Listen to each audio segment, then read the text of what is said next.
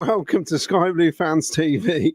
I'm hosting, that's me, Claudio, of course. I'm hosting tonight, and I'll be joined shortly by Vicky and Jack to discuss, is it time to end the Preston Northend hoodoo? And do we change a winning team? And if so, who comes in? And also, what do we do about Matt Grimes? Do we change the formation to suit Matt Grimes? Also, it's 6 wins out of 7. We have momentum like we did in League One campaign, but have we got enough to keep it going? Plus, we'll chat about the players' evening, and I've got guess the temperature competition, and also we were going to do guess the gate, but we're going to keep it as guess the temperature tonight.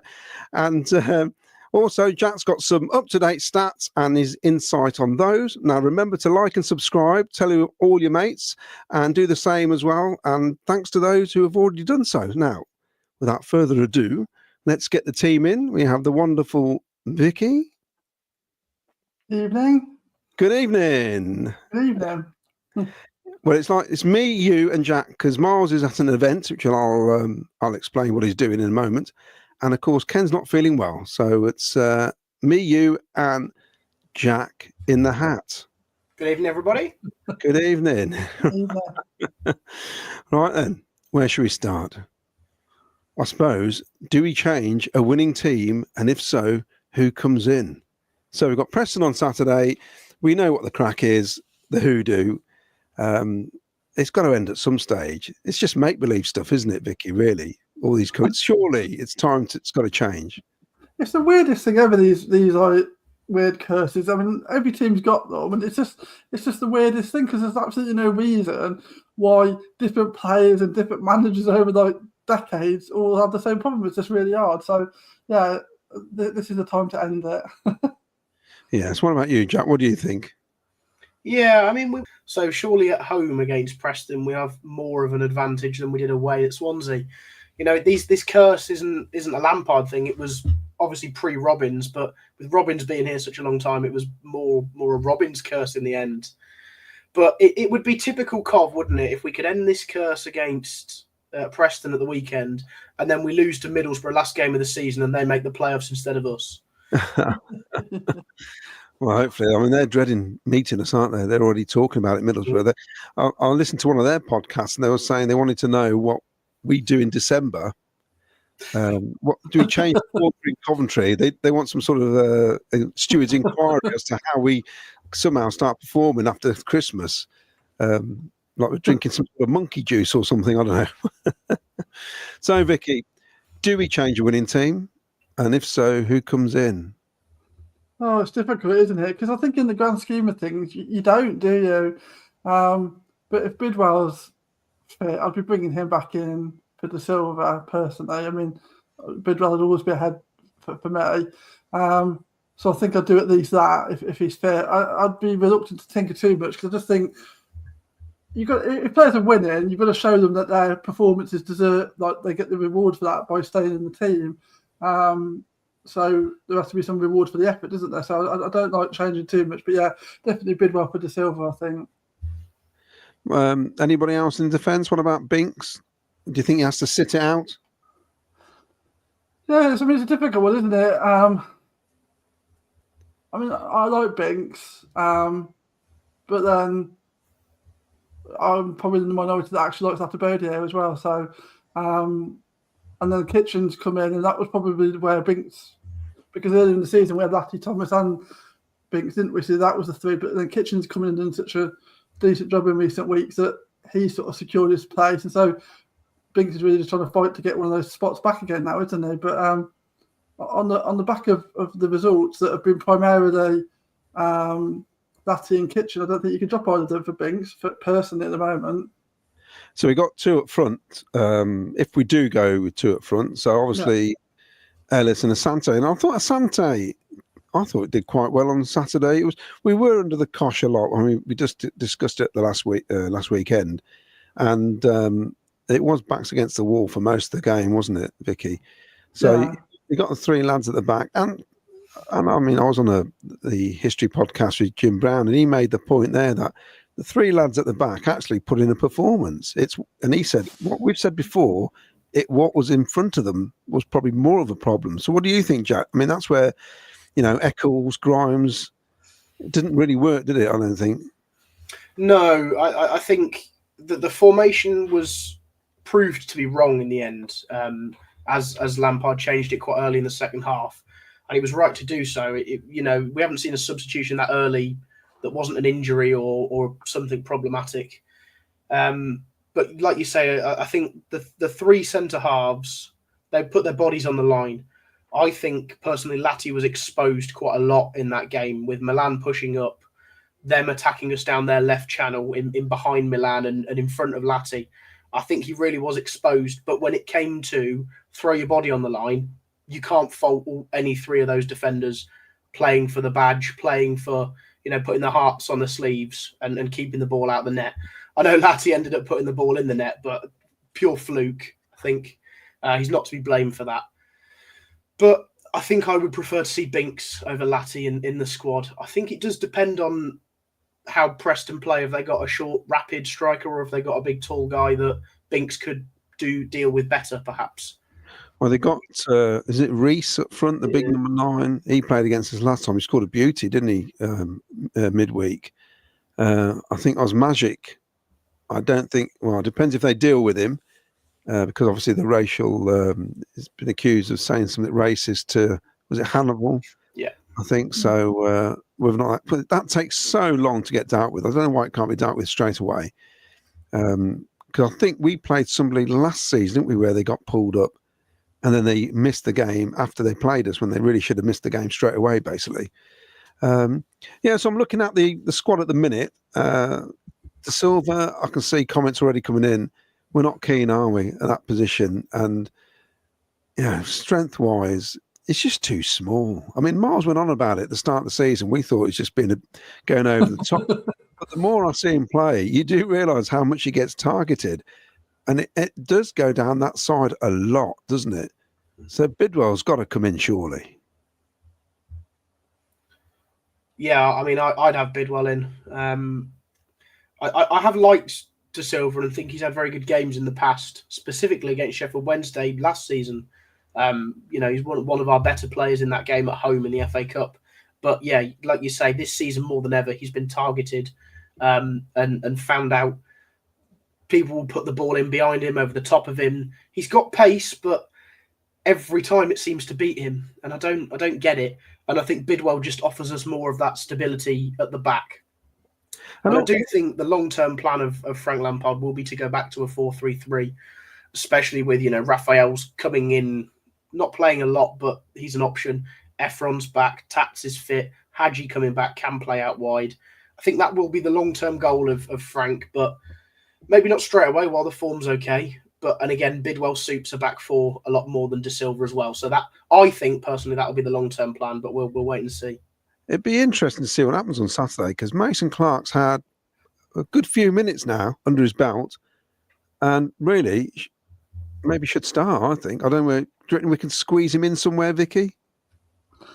I mean, it's starting to become a bit of a headache, isn't it? How do you get all these players into a working lineup? I'm not entirely sure I want to be frank. Like a few months ago, we could all pick who we thought should be playing because there was no real options. But now it's getting a bit tested. I mean, on the basis of how much he adds to the game for us, you want to be fitting him in somewhere, don't you? But exactly how you do that and who you drop out to do so is a bit of a quandary, really, isn't it? Yeah, and also what I'm hearing is one of our long-term injuries could be on the bench this weekend as well. So that'd be interesting if that does happen. Bissett's still not good enough to start, is he, Jack? No, he tries, and he was given a good run of games under Frank Lampard when he first came in because clearly he's a nuisance, but he hasn't got that cutting edge. He's only scored 2 goals, I think it is. So he's raw. He's 19, I think. He's still 19. Yeah. Just turned 20. Oh, just turned 20, yeah. And he will get the support he needs. He will get the development he needs with the coaches we have. But when you've got Sims that clearly did the business last year and is doing the business right now, Sante who brings pace and experience, a lot of people might not like him. I'm still to be decided on that personally. But he does bring experience and goals in this division. And Haji's probably our best striker that we've got in terms of returns. So he's fourth choice when everyone's fit, unfortunately, and it's a great problem to have with too many players rather than not enough. But yeah, I think he's not the finished article, but he'll get there for sure. And what's interesting is that before Mark Robbins was dismissed, we were all talking about Josh Eccles and how much he's improved and first name on the team sheet. And there was a lot of comments saying it's probably showing you how weak our midfield is that Josh is looking so good. Interesting that our results, I mean, you've done some stats later, we'll look at them, have improved massively. And he's not really played Josh Eccles much at all, has he, Vicky? So do you think he's going to miss out on Saturday? I mean, I suppose there's two chances that he'll miss out, because one, if Torp's better, then he might come back in. And also that's a way to sort of rejig the whole sort of front midfield and attackers to get in F1. So there's a good few ways that he could miss out, couldn't he? I mean, I think the problem that Eccles has got, because I mean, again, he's another player that I think I'm in the minority that I really rate.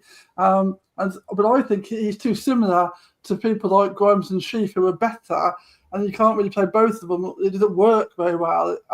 So my hope is really that he can be here and learn from them and sort of follow, like be like the backup to them, having got even better, having learned. So for me, Eccles is the nearest player to Grimes that we've got that wants to play the same sort of way. So if he can learn from him and get to like a better standard, then that can only be good for us going forward, because Grimes might have 3 or 4 seasons, but he's not going to have 8 or 9 seasons, is he? So you're looking for what your sort of continuation plan is. But yeah, I think there's probably a good chance that he'll drop back out come Saturday, and he'll be back on the bench. Right, should we do the competition to start with, and then we'll do some comments, and then that'll give you a chance to write down some of these answers. We've got a lot of photographs to show tonight, folks, and a bit of a treat. Beforehand, though, looks what's happening. This is happening at some point soon. Yeah, Sky Blue Fans TV live at the Moxie Hotel in Plymouth, Sunday 21st of May. Sure, that should be April. The season be over by then. In April, that is. We play Plymouth away. Miles will be down there with the team and a few others. Also, Mickey Quinn. Yes, we're hosting this evening Mickey Quinn at the Walsgrave Working Men's Club, 2nd of May. You can get the tickets online now as well. I think there's they are available behind the bar. So the competition time. Here we go. Here's a photograph of our friend of the show and a friend of mine, Keith Ray, who's in Canada. And the question is, what's the temperature? So if you can guess the temperature, you're going to win yourself a mug. Yeah. I don't know why. This will teach him to go to Canada in the summer and decide to move out there. So there we go. Right, let's do some comments, shall we? Well, we'll start with straight away. See, it's interesting. Oh, here we go. Let's get to the top. Bear with. Bella Taylor, evening all. What a last-minute win on Saturday. Playoffs still on. Some evenings all from Mick Davenport, Lee Beckett. Evening all, Assassins Unite, Super Franks, Sky Blue are going to smash the Preston Hoodoo 3-0 to the Sky Blues. Dark Arts, good evening. Unfortunately, I'm having to watch from a rented villa in Lanzarote this week, including the game on Saturday. Thoughts go out to you, Dark Farts. Yeah. To be honest, we've got the heating on that high here. It's like the Bahamas in our house at the minute. It's so hot. We've got a dodgy gas meter and it's not taking any readings at the minute, so it's hilarious. We are still paying the bill, but the estimated bill. Yeah. Whenever we move, it's going to be, I don't know how much we owe them, but it's going to be horrendous in the end.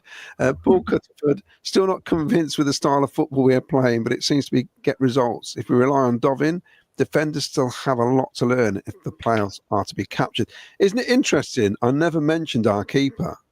So that, to me, it's nailed on now, isn't it? He's staying in goal. The fact we didn't even mention him. No one really talked. Everyone's just saying how well he's doing, aren't they, Jack? Yeah, I mean, he's been a revelation since he came back into the team just after Christmas. He was unfortunate, obviously, to be dropped for Wilson. Earlier in the season, he came back in because Wilson got injured. He then picked up a concussion for Collins to get in.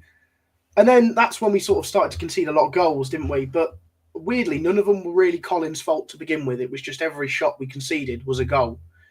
And then, unfortunately, Collins had a poor performance at Fratton Park, let's say, and we haven't looked back. And I'm almost glad that he had that poor performance for Dovin to come in, because he's looked like a new keeper. He's looked like he's really fought his way. He thought he was coming in to be a starter, and he was, but he had a kick up the backside. We have options, and he's fought his way back in, and he's delivered. He really, really has. Alice James says, "Great pod, guys. Should be much fresher than Preston this weekend as they played the other night. No excuses. Home win." Yeah. Thank you, Ellis. Assassins Unite. Mason Clark to start, and he also thinks Sheaf may be on the bench, I hear. Oh. Trevor Merriman, Bidders and Torpin, maybe EMC and Tats as well. Gustave Legrand, and he says, bonsoir à tous. Good evening to everybody. Assassins Unite, I knew Robbins cursed us. No, I think can't blame him.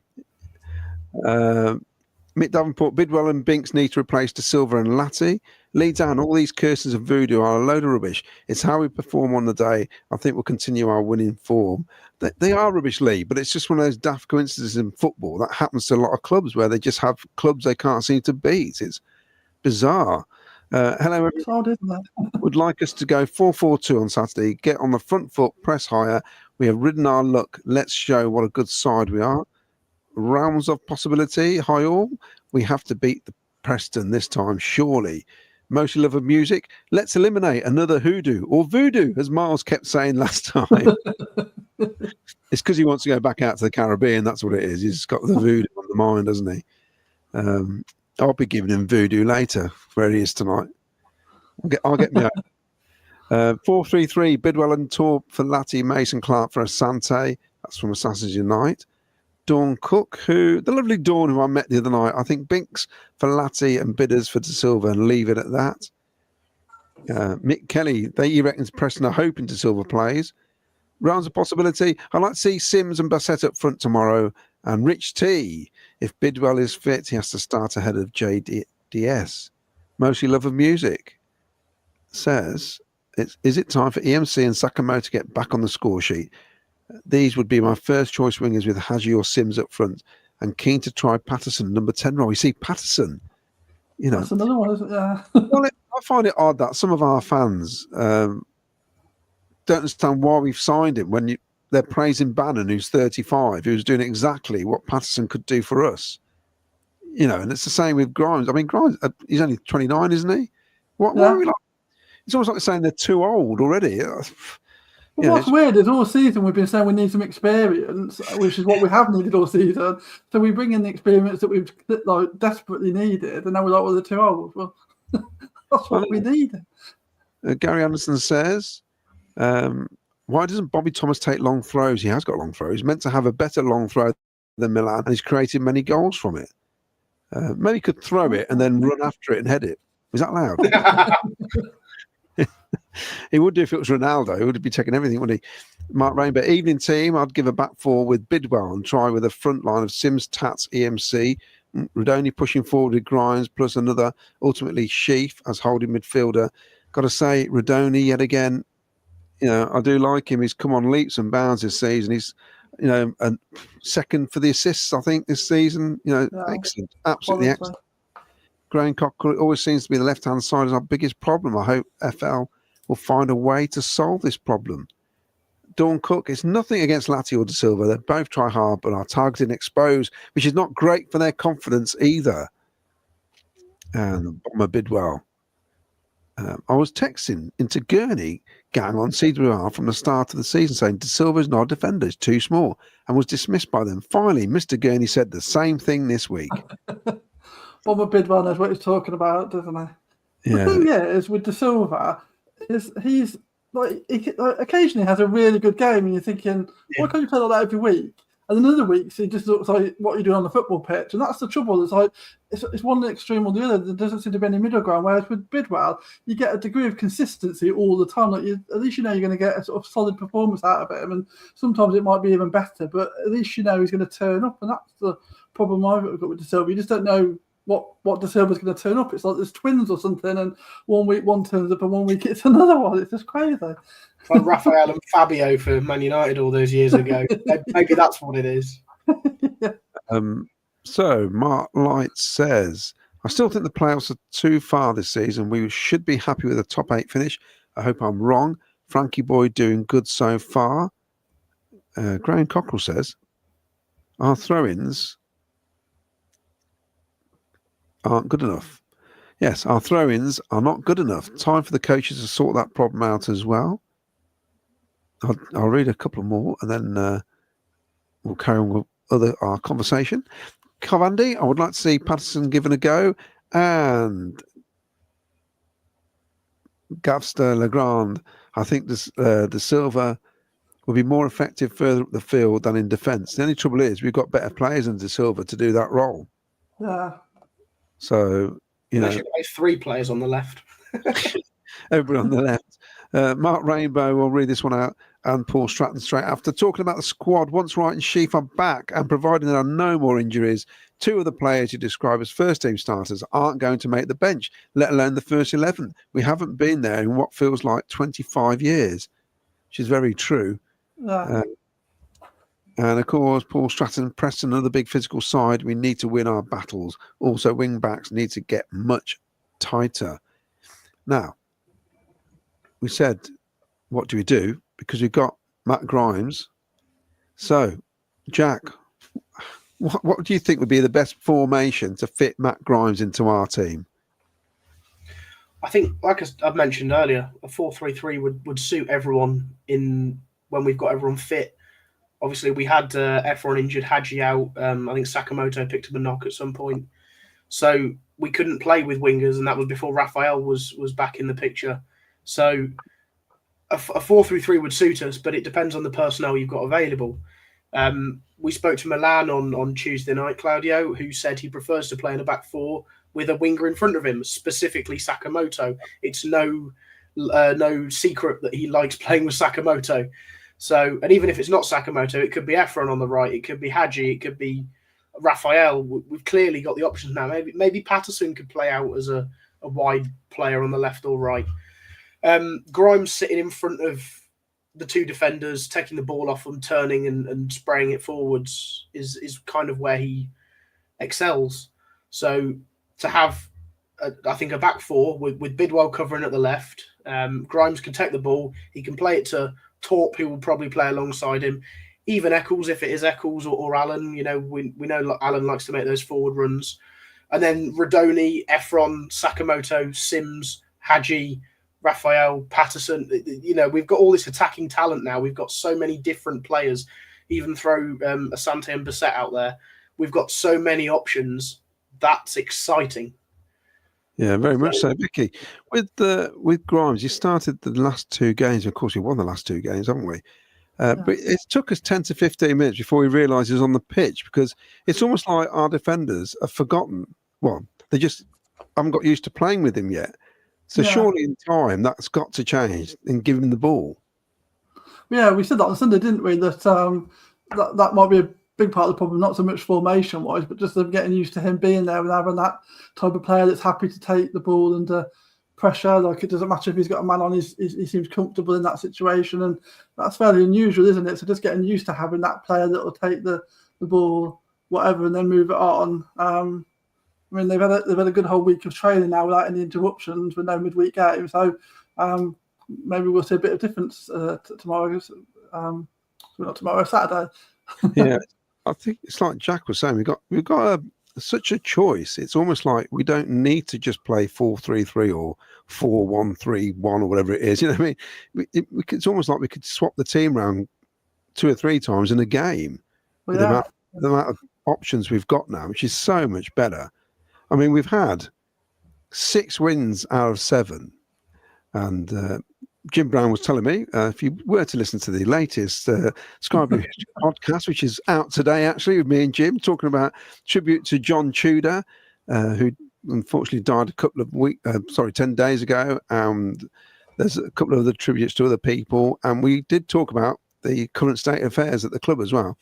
I think it was in the League One campaign of saying where we'd, I think he said it was 8 out of 9 or 9 out of 10 or something like that, or 7 out of 8 towards the end of when the season was curtailed because of COVID. And what he said was, which is interesting, and we thought about this, we didn't actually, apart from Portsmouth was a late goal at home. We didn't actually hammer anybody. There was a lot of 1-goal wins, 2-1s and 1-0s. He mentioned Matty Godden against Sunderland, Matty Godden against Ipswich, that late goal at Portsmouth where he took it over his shoulder, didn't he? There was a lot of 1-0s and 2-1s. We scored a late goal against Rotherham. We equalised against Rotherham, sorry. That was the only game we drew in that run of games. So, Jack, these next 13 matches, I think they're going to be similar to Saturdays. They're going to be tough, aren't they? Hard to watch in some ways. I mean, I think we've been outplayed in the last 2 games personally. And I think the last 2 performances against QPR and Sheffield Wednesday have been worse than Leeds and Ipswich. Leeds and Ipswich, we were sort of the masters of our own downfall, and clearly Leeds were a class above us, a much bigger class above us. But the last 2 games against teams that are in a very similar position to us, fighting exactly like we are, seem to have more fight, and we've edged it. And it's always the sign of a very good team if you can come out maybe not performing perfectly, but finding ways of winning. And that's what we've done. We've found a way to win in the last minute, literally, of both these games. So I do agree, Claudio. I think we could see a lot of tight games coming up, especially because we've got 3 of the top 4 at home. We've got West Brom at home. You know, these are not easy games. There's no easy games in the Championship, but they're not easy games by any stretch. So tight games, if we can keep winning them, that's all we need to do. Yeah, Vicky, that's what I mentioned to Jim. I said, if you look at the fixtures we've got left, all the other teams have got something to play for at the minute, whether it's actually automatic, it's getting the playoffs, actually staying in this division with 13 games to go. So it's tough, isn't it? That's the trouble in the Championship, isn't it? Because because it's really quite such a tight league, there is, until you get quite near the end of the season, generally a lot to play for most teams, because there'll still be a lot of teams with an outside hope of the playoffs. And there'll be a whole lot of teams thinking we need to win to make sure we don't get dragged into any relegation battle, and the ones that are trying to get out of it. So, yeah, I mean, there's very few teams that have got nothing at all to play for, is there? And that'll probably be the case until at least sort of April time, when some of the positions might be a bit more settled. But yeah, it's and it's just a very competitive league, isn't it? We all know that anybody can beat anybody on their day, and so you just got to turn up and do your best every game, really, to have any chance. Otherwise, you just get come unstuck. If you start to think you're going to just win games, then someone will soon kick you off your perch if you start getting all sort of cocky about it, won't they? It's true what you say. And also, if you think the 2 games before this run, we drew where we could have won them. And then the game at Norwich, where if it was been 92 minutes long, we'd have won that game. So you could have been looking at something like, I don't know, a 9 out of 10 match, 9 wins out of 10 almost, which is absolutely ridiculous, isn't it? When you consider there's a 50-50 split whether or not we've actually played any decent football in those 10 matches. Ultimately, what do you want? Do you want to win games, or you just want to be entertained every week and lose 2-1? I want to win games. It's simple as that, really. No matter how. Right, let's have a look here. Let's media assets quickly. Go to a picture of Keith again. Look. Keith, who is shivering in Canada. Get your guesses in. What's the temperature in Canada? Can we give him a hint, Claudio, after reading the comment? Even the people with the inside information, like Dawn, haven't got anywhere near it. So they some people, it's a bit colder than people are thinking. Yeah. Can I just say, did you not see the plane that overturned on the ice? It is cold. So, yeah, think UK and think worse. Think Saudi Arabia and stick a minus in front of it. But he's literally dressed like that to put the bins out. That's he's going out for what, 25 seconds? Yes, exactly. As they say, it's like a stack of buttons. anyway, that's something else. Right, let's talk about Miles, shall we? He's not here, Miles, but I don't know if anybody's seen this. This is coming up.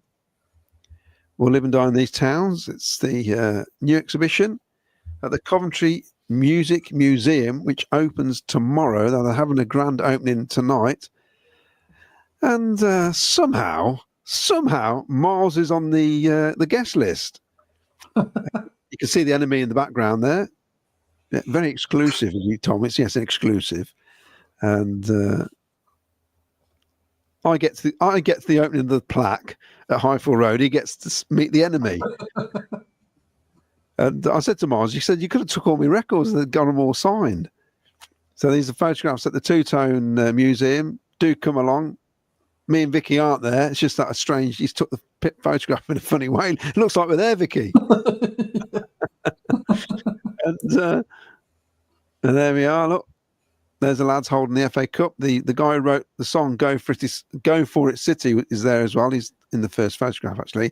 And here's Miles teaming up with the enemy. He's the fourth man. He's the bloke in the back of he's the rhythm guitarist, isn't he? That you see when they're playing live in the background.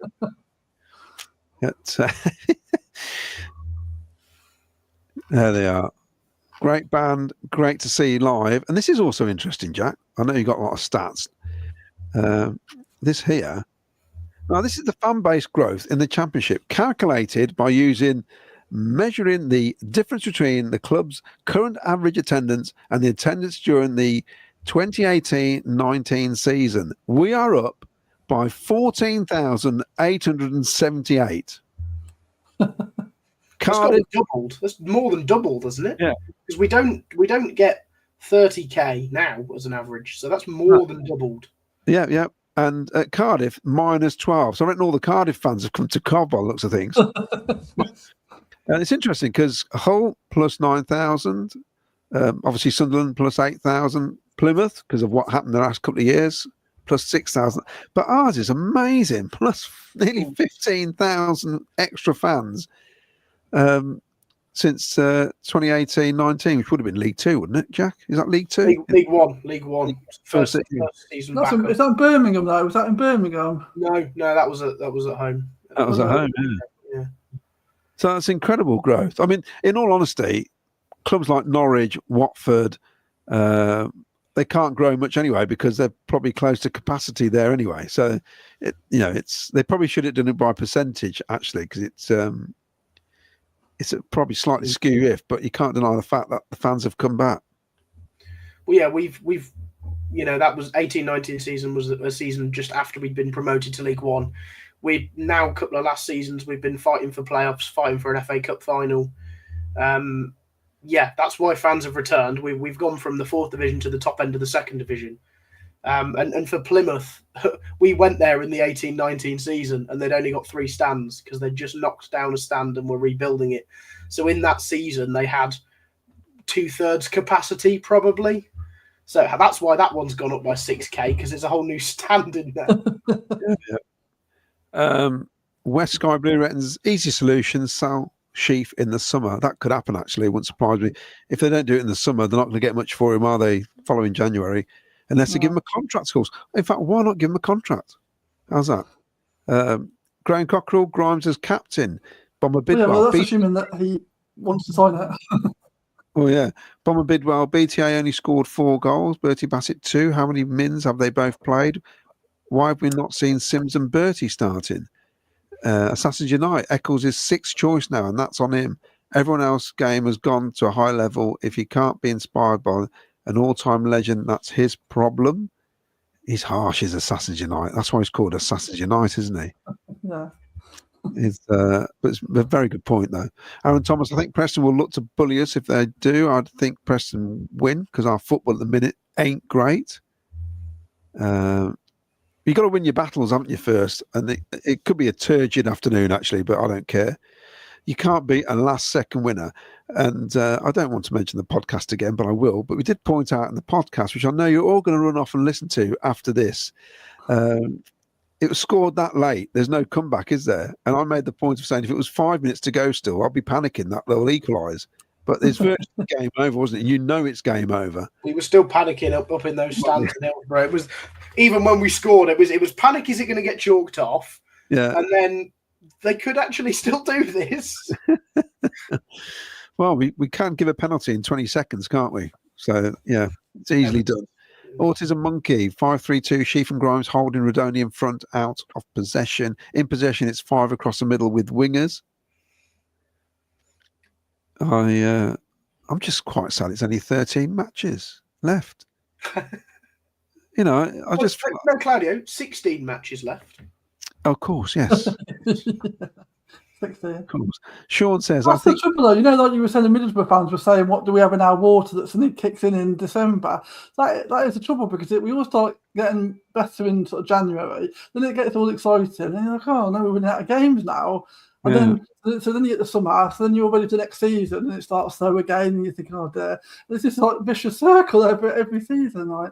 Well, last summer we carried on doing programs, didn't we? We are aiming to do this summer, but of course we had the Euros, wasn't it, to talk about, and we sort of had the lads CJ and Lee coming on from wherever they were with watching the Euros, watching England, and it was quite entertaining, wasn't it? But it's talking about the kits and stuff. But we'll come up with something. We'll still be here during the summer. Well, we could talk about looking ahead towards the Premier League and exactly new grounds to go to, and exactly. Good idea.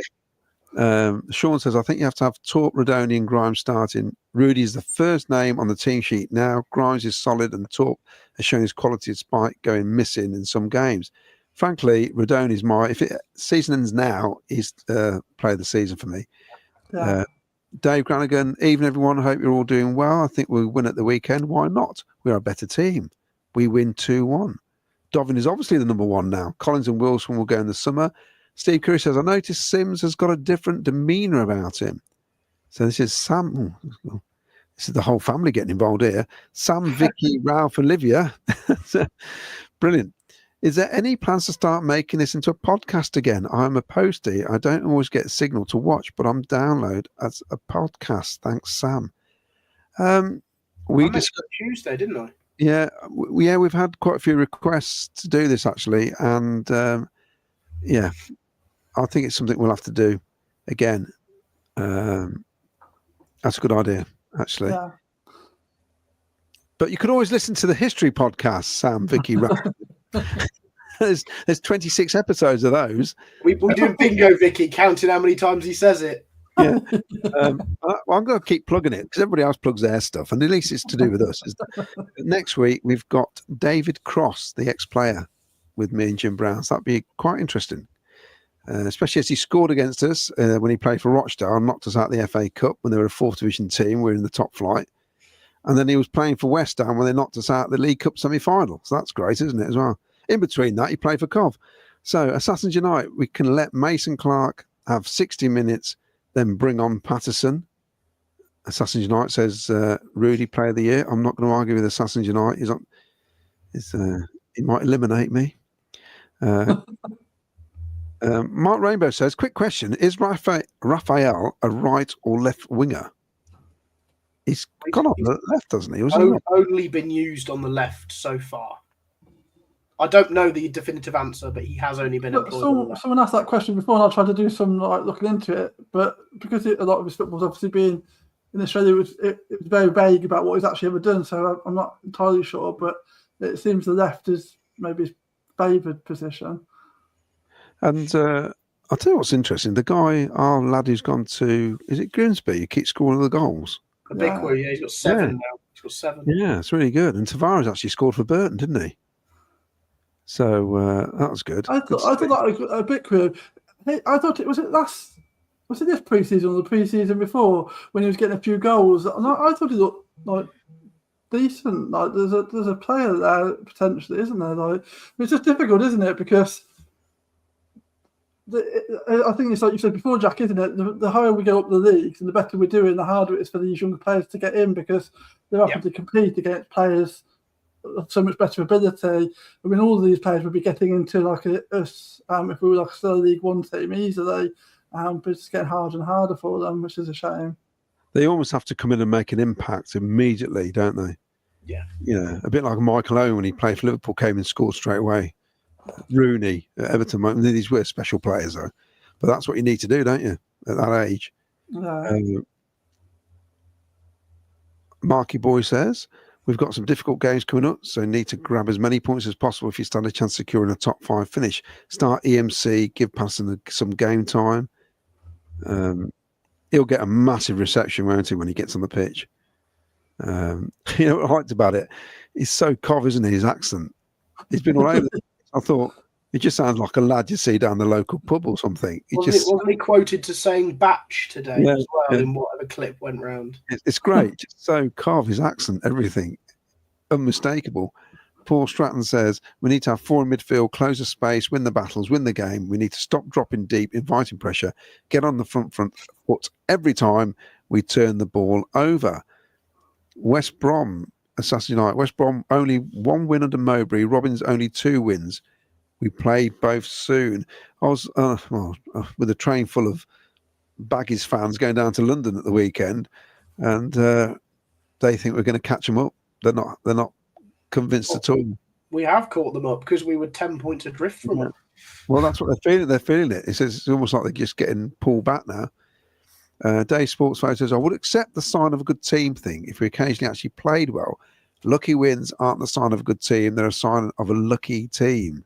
But you create your own luck. Lampard said it in an interview. He said he doesn't believe in luck in football. He said you create your own luck. QPR, we were relentless even to the last minute to win a corner. All right, the goalie came and made a hash of it and Bobby headed into an empty net. But if we don't push and create that chance for a corner, we don't score. Sims, if he doesn't chase the goalkeeper down, the goalie lets it bounce and then catches it on a second time, simply. But because it was there, he has to catch it first time and makes the mistakes. Yeah, I often think it's not so much your lucky team. It's just that although you've played poorly or below average, it's still sometimes good enough to beat the team that you're playing against because they're not good enough. Because if they were good enough, they'd have took their chances, wouldn't they? Yeah. We missed loads of chances. Start the season, we could have been, and we've done it. We've worked it out. We should have about. Well, the stats say it. We should be 11 points further up the league than where we are with all the goal chances we've missed, the opportunities. So basically, I think we just get, lucky, but we could say we may have been unlucky at the start of the season with some of the results.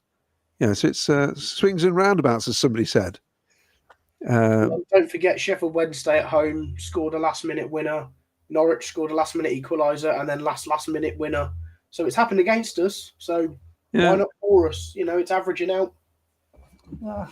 Stan Hardy, March will be the highest test. A few winnable games with Derby on Oxford, both away. Sunderland at home will be tricky, but we always do well against them. 10 to 12 points in that month will do. So we've got another picture up here now for those watching. If you're old enough. Not menu then, Jack. Who remembers this? What's happening here? I was at this game. What's this all about? It's a great photograph.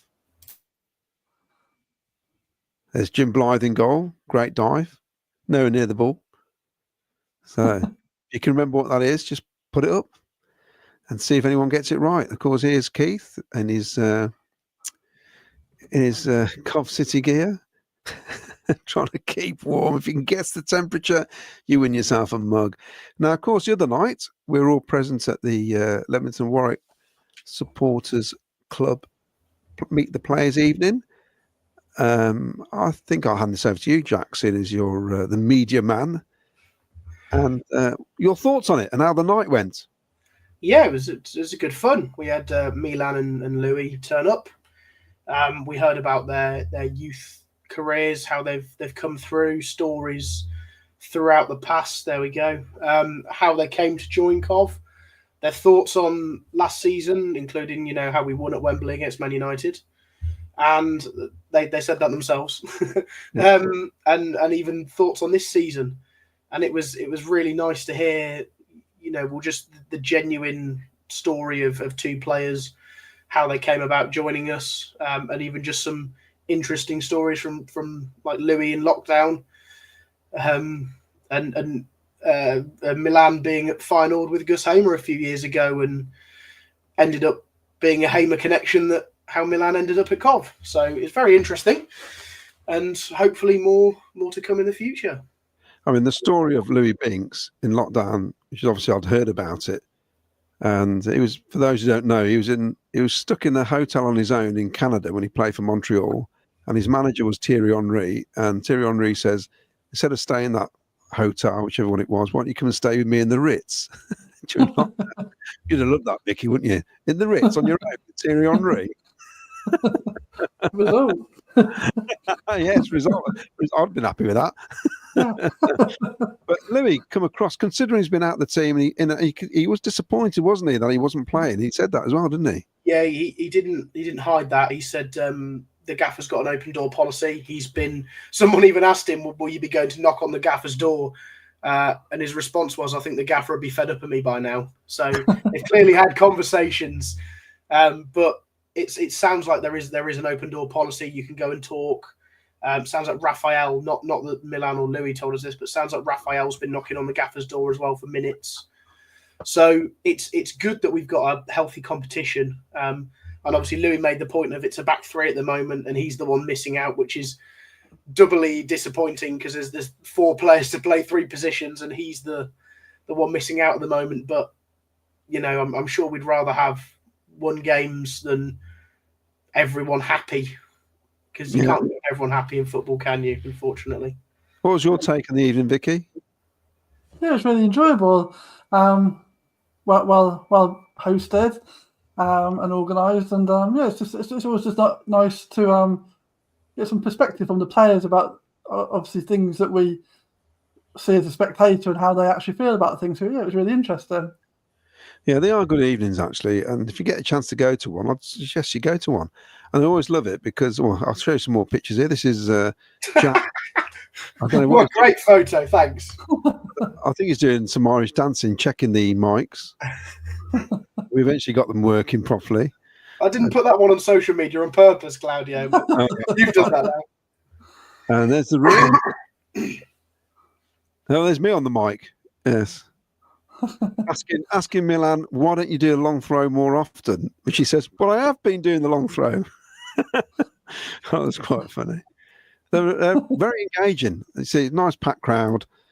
Bedworth and Rugby, their rooms looked insane, didn't they, with the amount of people they've got going. So well organised. And there we are. Some more photos there. Also, there's me and Ken. Did you get a photo, Vicky? Did you not bother? I didn't. No, I didn't get one there. Yeah, me and Ken there, look. And of course, Ken wins the raffle. Thanks. First prize up. Jamie Allen signed shirt. And then he gets to choose the next ticket, and he picked his own out.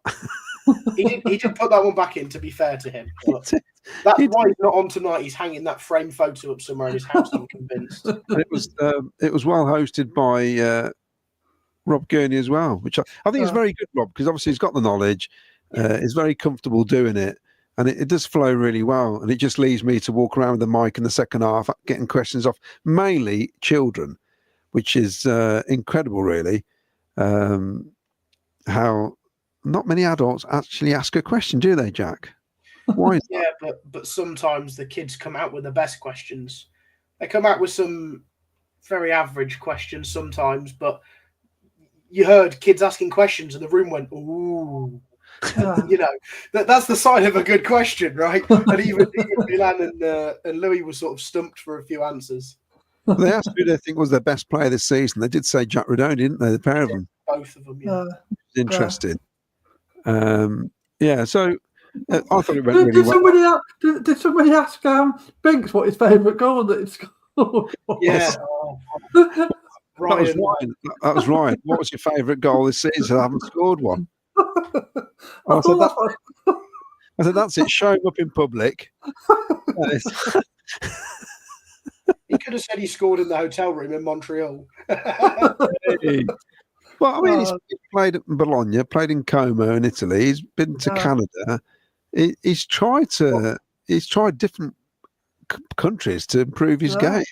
He's got some good stories. He even said, I think it was Bologna, the main language was English in the dressing room. Yeah. But then when he went to Como, there was only about 3 or 4 lads who spoke English, so he had to learn the lingo then. Yeah. So Alan Arkin says, folks, I wouldn't be at all hyped with Sheaf coming back. He was dreadful in the first half of the season. Couldn't even make a 2-yard pass. I mean, he is nowhere near where he was. We know that. Someone will be very interesting, says Realms of Possibility. Frank Lampard getting to sort the squad out properly. Who will be going? Well, it's interesting because they've renewed Bidder's contract. He was down to leave, wasn't he? So that's one. The fact they've not offered Jamie Allen anything, I would say, is not staying. They'd have offered something by now, surely. Yeah, you'd have thought so, wouldn't you? You got Burrows and Howley. Are they both up as well? Believe so. I don't know for certain, but I believe so. Yeah, so it'd be interesting. It will be interesting. Tom Baker replying to Colin Branfield, Jack's counting the playoffs, an optimist. Because you mentioned the games, amount of games left. Finn says, Lampard doesn't believe in bogey teams. 2-1 to Cov, PUSB. Oops. Oh, yes. Mick Kelly, I've watched us play good football this season, get beaten by teams who play like we are at the moment. At the end of the day, it's 3 points that count at this stage of this season. It's true. You know. That's right. Yeah, true. You just got walking out of Hillsborough on Saturday. I was talking to both Cov fans and Wednesday fans, and just saying the amount of games we've played at home over the last 4 or 5 seasons, even in the Championship, where we've a game against Hull on a Tuesday night comes to mind. We battered them and we lost 1-0 from a 15th minute goal or something like that. And like the amount of times we've walked out there going, we've battered them. How have we not done it? And I've walked out the ground going, we've been battered there. 3 points. What a day. Like it's the 3 points that matter. We all want to watch an idyllic performance, but we'd all rather have 3 points to walk home with. Yeah. Well, we could have had 2 points instead of 6, couldn't we? Yeah. That's that. Alan Arkins, does anyone apart from Vicky think that Latibaudier is a liability? I can't for the life of me know what Lampard sees in him in his position. We'll talk about this in a bit because Jack's got some interesting stats which actually surprised me in terms of how many times players have played actually this season and last season. Dawn Cook says, apparently Pato is on Central News tomorrow. Not sure if that's accurate info or not. It could be. Does that mean TV Central actually want to talk about Coventry for a change? Steve Curry says, Burnley play boring, unattractive football. Nothing wrong with that as long as you keep winning. Who cares? It's a good celebration, Steve. I like it. And Larkins, a breeze would knock Sakamoto over. We never to be more physical against Preston. Assassin says you get what you deserve over a season. Paul Stratton think Patterson brings more to the team than Alan Eccles, even Torp. Let him loose. Hope he gets a great reception. And Gordon Tulliard, out of the squad we have at the moment, who would you play for us in the Premier League? Oh, good question. Do you think... So are we saying then if we went up, Gordon, who stays? Well, you can't turn over a whole squad, can you? We're not Nottingham Forest. Someone would have to stay, wouldn't they? Yeah. That's an interesting question. I think at least half stay. You know, I get the point, the question as a discussion point, but realistically, more than half stay, 70-odd% stay. Yeah, you can be really clever with the players you bring in, don't you? Just like, especially with the resources we have, we just have to be really clever about who we bring in to try and supplement the players that we've had to keep because we can't rejig a whole squad in the summer. Well, you keep the keeper, wouldn't you, for a start? Yeah. Let's go through them. Kitchen, yes or no? Quick. Yeah. Is that a yes, Vicky, or no? Yeah. Sorry, yeah. Thomas? Yeah. Yeah. Latti? No. De Silva, definitely not for me. No. Grimes, you'd have to say yes because he's... Yeah. Josh Eccles. Well, see, I would. I still think it's for the future. I'd still be keeping him around the place and see how it develops. we've just given him a long contract, but that means he does have sellability with a long contract as well. I mean, obviously Milan, Rodoni, and Sims, you would. Yeah, and Wright. And Wright. Mason you would. Stays. Bissett stays. Yeah. Binks. I mean, Binks played in Serie A. You know, he played a load of games for Como with Fabregas, so he's not. You know, Sakamoto. So we probably need about 10 players. We said that last summer for the championship. I know. Well, we do. We'll be coming straight back down again. So Colin Bramfield says, what annoys me is, it will show in a minute, is the best away fans each week. We sell out most of the time, but you only sell what you are allocated. That's right, because Sunderland, for some reason, some clubs give them extra all the time. I've noticed that. But they don't do it for all the clubs, which is weird. You know, some teams will give you more even if they're not going to sell their own ground out, which is annoying. And you're just thinking, so you turn up, it's a half empty stadium, and you're thinking, well, we could have had some more of those like blocks, couldn't we? But they just won't do it. We got some right answers here. You can see the oldies. Here they come. Dave Sports photos. Rich T, you're all showing your age. Ian Small, your dad.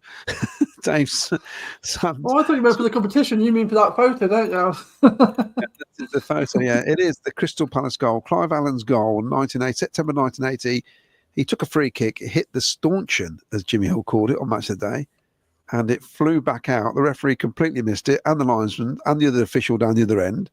And we carried on playing, and the goal wasn't given, and we ended up winning the game 3-1 result. And you know what, Jack, that day, you never guess where I was sat.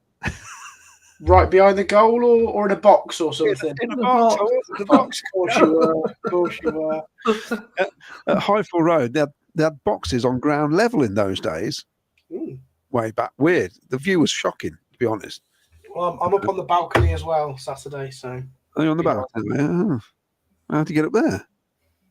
Well, I've just got friends got me tickets, so it's very nice of them. Yeah, Mick Davenport saw it as well. He knows as well. Aaron Thomas says Oxford, Plymouth, Portsmouth games are harder than we think. Temperature is -10 currently where Keith is in Canada, says Stan Hardy. Yeah, but not when he took that photograph. Believe me, -10 is a heat wave at the minute. Yeah, as he calls it. Assassins Unite, all the pictures from the sports clubs look good. They do. They're great evenings. They are really great evenings. And it's always a worry because you never know if anybody's going to turn up, do you, Jack? Well, yeah, because it's obviously free entry for the members. You don't have to take like a register or anything. You just wait and see who turns up. And then you get people saying, oh, I can't. I'm late from work. And so you either over-advertise and get hundreds of people crammed in, or it seems like a bit less the other day. But still a full room, still busy, which is great. And it was good to see. I mean, I know there was one family with some young kids, which they were a bit noisy, but, you know, you can't not let kids come in, you know. Well, Exactly, yeah. So we got somebody just said he noticed that Rob Gurney was wearing the wet kit. Yes, the new limited edition kit. Of course, there. You can't really tell, but it's there. Yeah, Bomber Bidwell says, Mr. Gurney wearing the limited wet kit. It was very good on Tuesday night, I thought. Very good. So he's our standing, well, he's our compare for future ones as well, if we carry on doing it. He did a good job, I thought. He kept it entertaining and like well paced and everything. It was well done. That's what happens when you get a professional in. Yeah, exactly. As opposed to me stuttering and fluffing the lines afterwards. Yeah, you did all right, I suppose.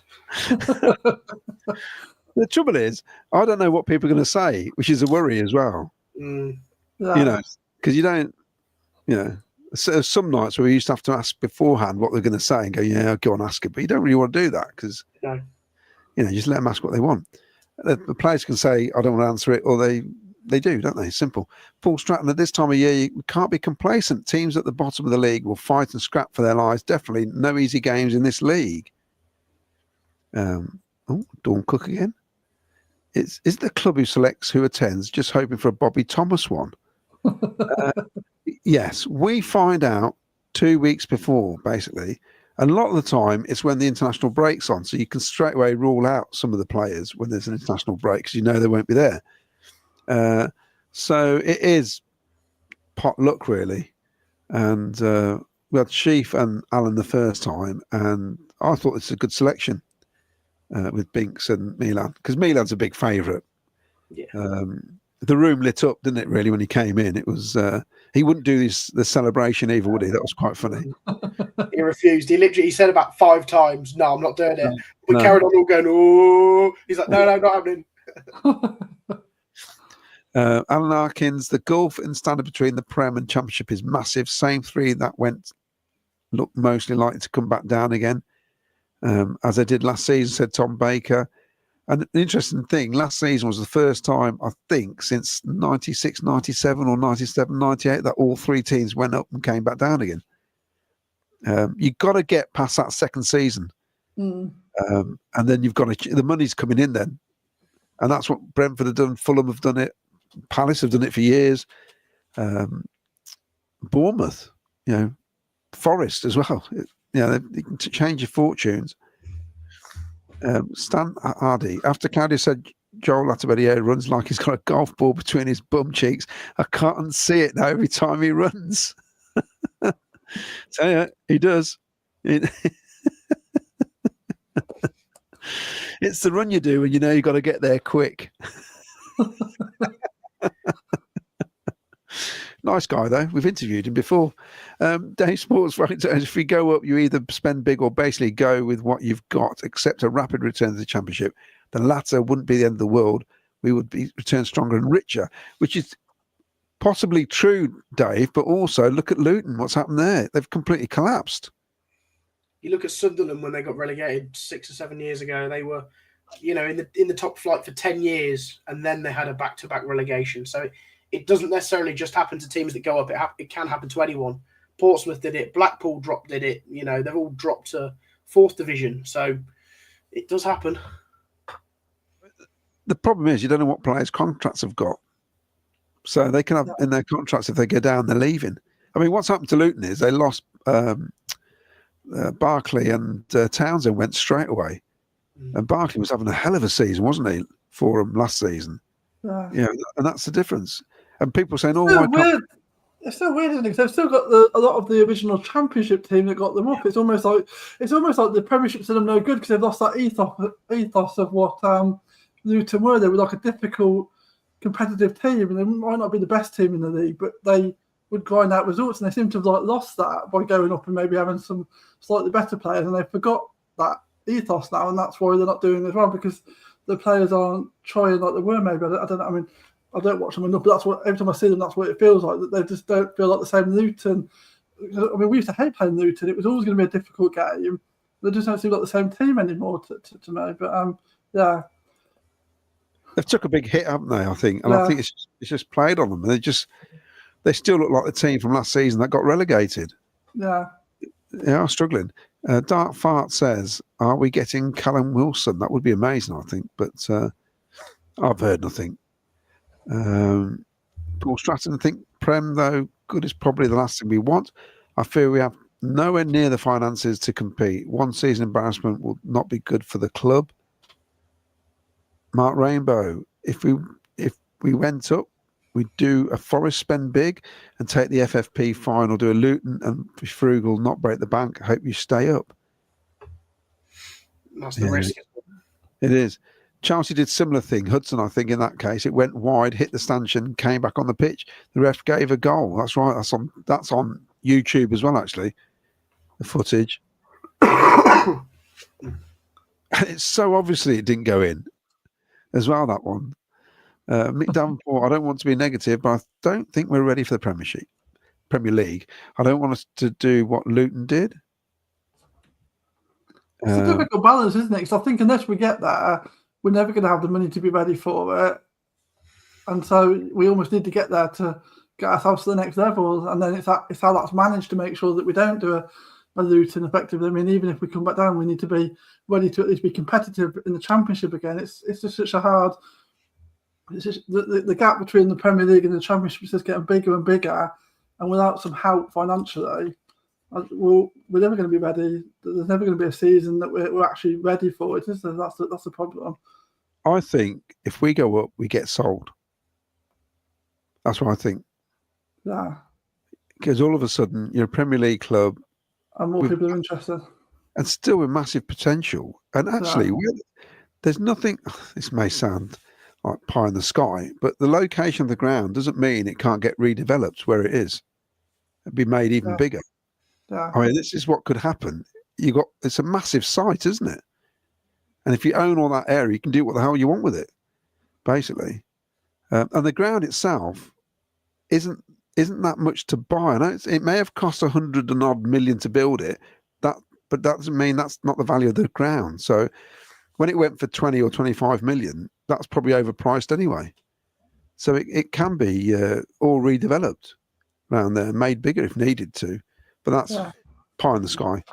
Bob Bidwell says you should get Rob G on the history pod to talk about being a sports presenter. Would be interesting. I like Rob. I just find it a bit cringy sometimes, but that's just a passion. We have spoke to Rob actually, and that may happen. We're actually trying to reach out to a couple of names, which if one of them comes off, it'd be ridiculous.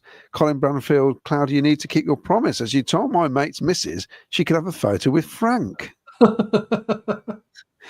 Now, if you're talking about Frank Spencer, I can do a great impression of Frank Spencer. Oh, dear. I'm not going to do it. I cannot see West Bromwich Albion and Blackburn staying in the top six, so I don't see why we cannot make the playoffs, win our home games and draw away, and it's in the bag. You're dead right, Stan, about Latty. Think he's got lead in his backside. Right, I'm going to show now. I'll just read this from Day Sports. I agree about Luton, but in most cases, relegated teams dominate the Championship. The next phase for us is probably the yo-yo scenario. So, is that a bad thing? No, and the thing is, the money will secure the club forever, pretty much. Dave Saunders reckons that Mike Ashley's waiting in the wings as well. And as Paul Stratton says, Ipswich reserves put us in our place. Even with payments, we will not be able to be competitive. You'd fancy Ipswich to get straight back up again. To buy the ground, you'd have to pay a fee. To buy the place was about it was 17 million, plus you have to pay the mortgage. Yeah, it's not as much though as people think to get it. So when the price was banded around, you kind of think, really, is that all? But yeah, you're just buying a building now. Yeah, Tom Baker says, is your Frank Spencer impression better than your Dustin Hoffman? I've got to build up to it, Tom. I'll try and do it a bit later. Wayne Littlewood's just out of bed. Greetings from New York City. I bet he's gone to the M&M place, hasn't he? You've got to do that if you go to New York. Right. Okay, Jack, you've gone to a lot of trouble here, so I'm going to get this up. But before I do that, I've got some photographs here of around the grounds. I thought I'd just put this in before we get your stats up. So this is Vicky. This is everybody play at home as well, if you can. Where are me and Luca standing? Oh. Ooh. You've just showed me these before the show, so I won't pipe up. Oh no! That's a weird one. Was it a very high scoring game, that one, by any chance, Claudio? No, that wasn't. Okay. Late goal from Gyökeres. Oh, first game. It is. It's Sunderland. Yeah. I was going to say Sunderland, but then I don't remember there being that really low, roof looking like that. So, but anyway, yeah, of course, Sunderland now. We're quite high up. So let's get through these. And there's another one. Where am I here? Is that Huddersfield? No, it's. I'll give a bit longer. Did you guess where it was, Jack? No, I got this one wrong. I'm terrible at recognising grounds. I know. Huddersfield. In rehearsal, Jack said Leicester. I can see why, because it looks like Leicester's ground, doesn't it? But it's not. It's Reading. The trouble is these days, a lot of these grounds are all fit to the same. Well, that's Blackburn, isn't it? Yeah, I knew that one. You can tell by the stand as well, can't you? That weird stand. But that's where I was last season, and that was virtually where I stood last season. That's why I recognise that. So where am I here? League Two, probably. Well, it's a League Two ground, that's for sure. I couldn't. My guess was wrong, but I don't know who else to guess. So I'm thinking the yellow seats must be significant, but I can't think of a team now. Vicky's, she's nearly there. The yellow seats are significant. Is it Burton Albion? It is Burton Albion. We played Bristol City that night. Yeah, that was in the home end. Yeah. That's why you're in the home end. I've been in the away end, but not the home end. Yeah. Oh. Here's another one.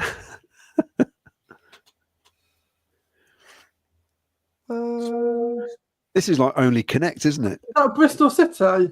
No. No. The M6 El Clasico.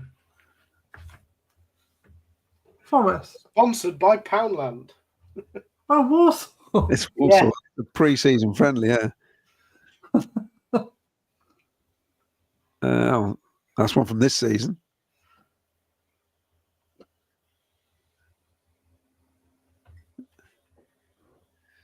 Stoke. It is Stoke, yes, and that miserable first game of the season. That's a fairly obvious one as well. Yeah. Was that this year as well, Claudio? When that doesn't look as cold as it was, because it's bloody freezing. Yeah, when we saw that tree fall down, didn't we? Yes. It's the Den, of course. The Den, yeah. Or the old New Den, when we call it, or Cold Blow Lane. You can see it written above there. Here's one. I like it better upstairs. Here's one. This is me trying to do a wide shot.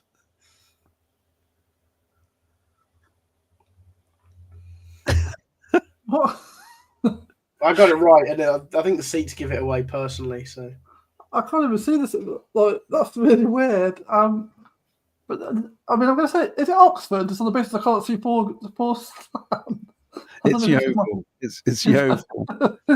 and this one here, I think it's a nice little ground. This. Yeah. That's Huddersfield, isn't it? No, I can see why you're saying that because of the roof, but it's not. It's Chesterfield. So those two, we played them, and we lost at Yeovil. We drew there 0-0. Both teams got relegated. And of course, we got promoted, didn't we, that season from League Two? So there you go. Well, I was looking the other day that when we got relegated into League Two from League One, all the teams that went down with us are still in League Two now. So while we're competing, I mean, I don't know if they've come into League One at any stage, but while we're competing against the Premier League, they were still stuck in League Two. It just shows the different paths you can take with just sort of fine margins, isn't it? Because if we hadn't come straight back up that season, we might still be there ourselves. So Jack went to the trouble to do some stats, so we're going to do these. Cool. Right. This is comparing. You talk us through it if you can. Yeah, so I've taken a snapshot of specifically after 33 league games last season compared to where we stand right now, and just a bit of a better or worse in the green and the reds there. So yeah, ironically, I didn't even realise this, but I said to Claudio, game number 34 last season was Preston at home. So after 33 league games last year, we were sixth. We were in the playoffs. We then lost to Preston at home, and we didn't go back in the playoffs for the rest of the season and ended up finishing ninth. I think it was 9 points off the playoffs. But we've won 8 games at home this season as opposed to 7. But last year we'd only lost 1. We've lost 5. That's a difference. And we're a little bit worse away from home. But again, it's fine margins, the difference between this season and last.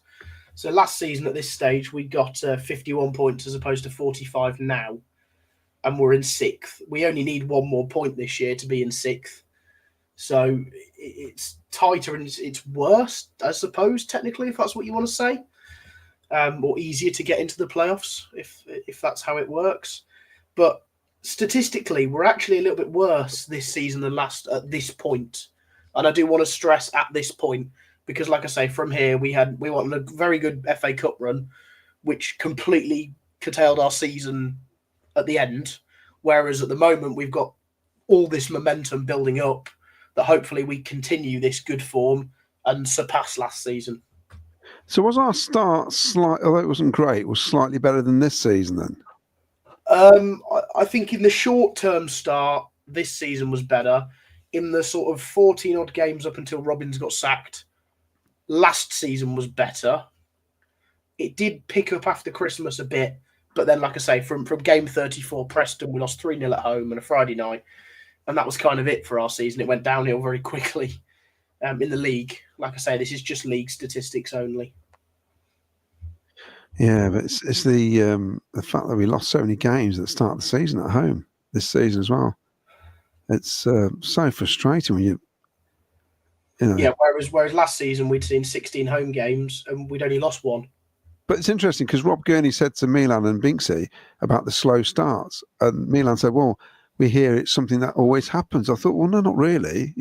It shouldn't always happen, should it? It's only a recent history, though, because if you look back sort of 10, 15, 20 years, we start well and fall off at the end. Yes. 2016, we got Armstrong, Joe Cole, etc. We started the season brilliantly. Come just after January, I think we were still in the playoffs and then fell away. I mean, I don't know what you think, Vic. It's not a bad thing, but we are possibly in danger? In danger of being a top championship team, and that's it. But that's not a bad thing, is it? Well, no. I guess there's quite a few teams that have become that over recent times, where you don't really see them being at threat of getting relegated, but you're not always entirely sure that they're making a proper fight for promotion to the Premier League. I suppose, actually teams like Bristol City and Preston, they're probably two prime examples. You never really go to a season thinking they're going to be getting relegated, but and they probably always got aspirations of getting promoted, but they're never sort of one of the big few that you're thinking they're definitely going to make a proper fight for it, are they? And I guess we almost fell into that same remit now. It's whether or not we can get to that next level and make ourselves a genuine promotion candidate rather than just a hopeful promotion candidate, I guess. It's not the end of the world. Being a competitive championship team isn't the worst thing to be, is it? I think, And also, Jack, it is kind of strange when you do see where we were, 8-9 years ago. The progress it has been ridiculous, really. It's such a short space of time. I suppose you get a bit greedy, don't you, as a fan base? You feel like it should be your year every year, but it's just not possible, is it? But also the fact that we've lost a penalty shootout to get to the Premier League and a penalty shootout to get to the FA Cup final. It's like we have been that close. What's to say we can't do it again? And I know Leeds and Derby had this amazing history of losing in the playoffs every single year. And obviously Leeds have gone on to get promoted and will this season.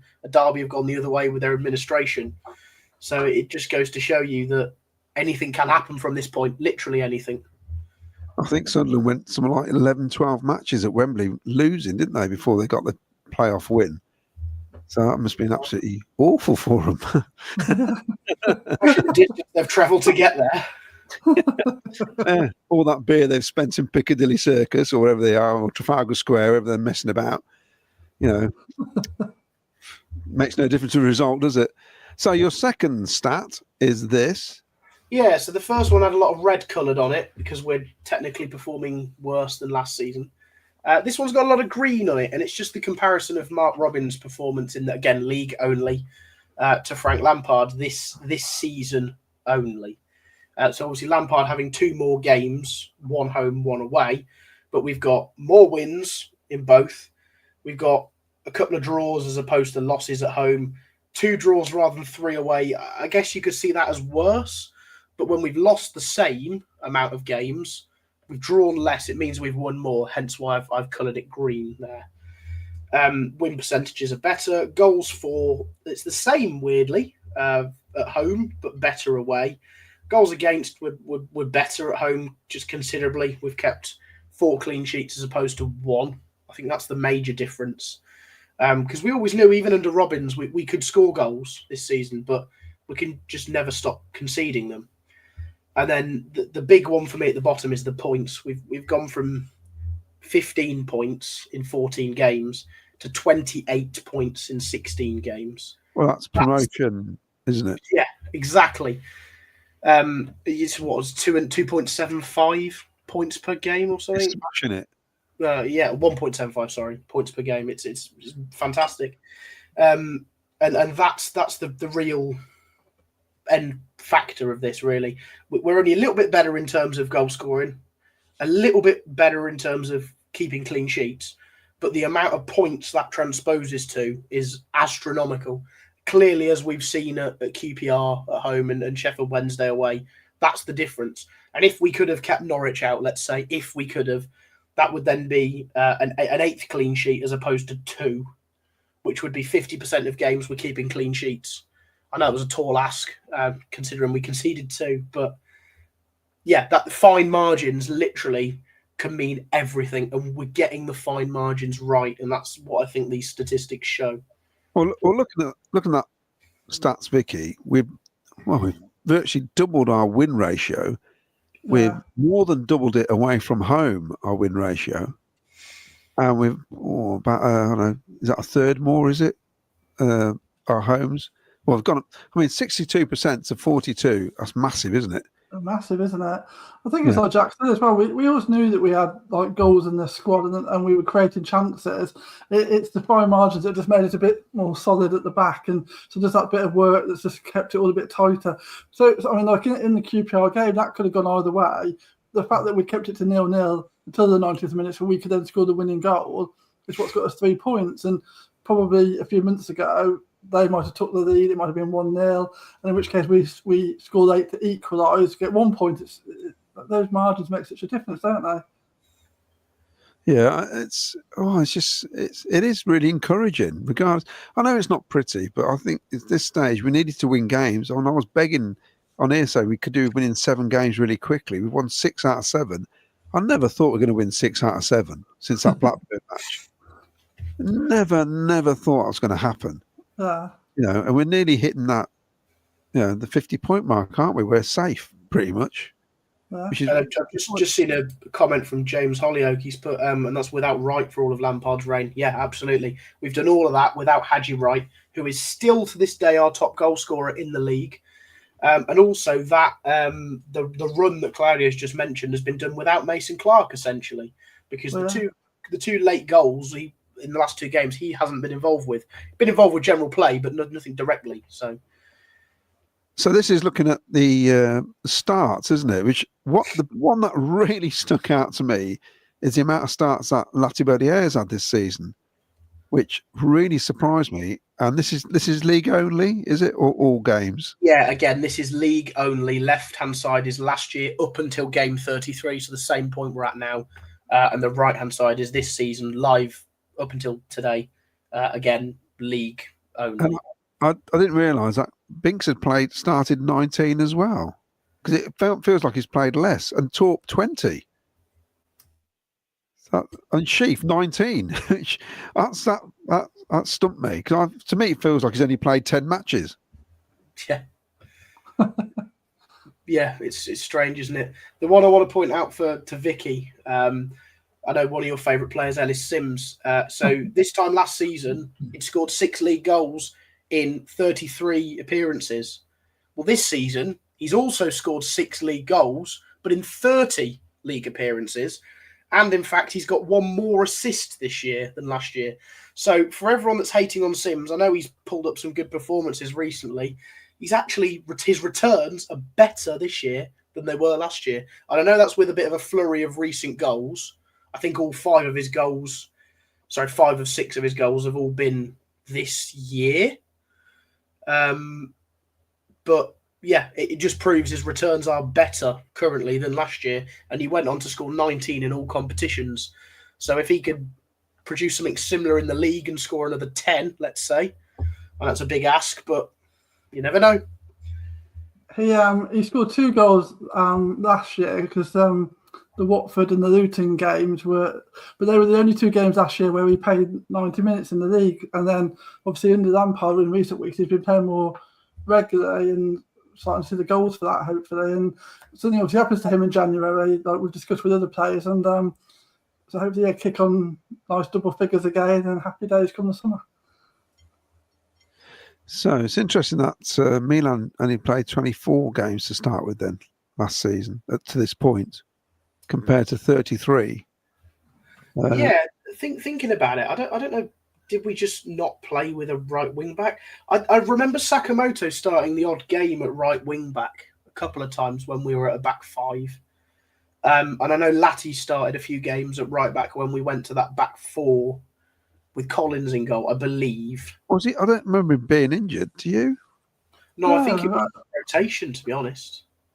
So I do wonder with Mark Roberts whether or not he just kind of lost the plot, because it does feel like when I look at some of the formations now and the thinking behind it, I don't know, it just wasn't working, was it? At times, I'm not sure. It's a strange one. That surprised me. Of course, Josh playing 26 out of the 33.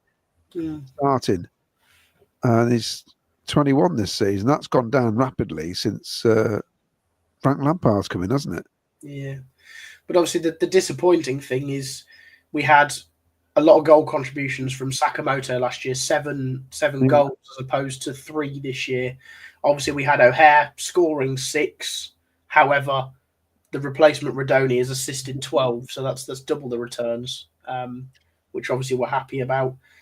Sheaf obviously popping up with 3 and Godden, another choice striker, getting 6. Sheaf hasn't got 1 this year. Godden obviously being replaced by Thomas Asante, who's only got 4. But then Torps pulled out with 4, which is better than Sheaf's 3. Eccles having 3. Bobby Thomas having 3 as opposed to 1, I think it is.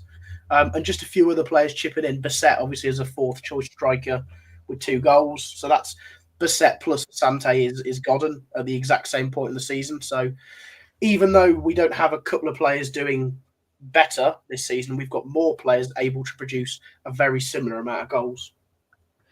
And that was our contribution to our director of football at Coventry City FC.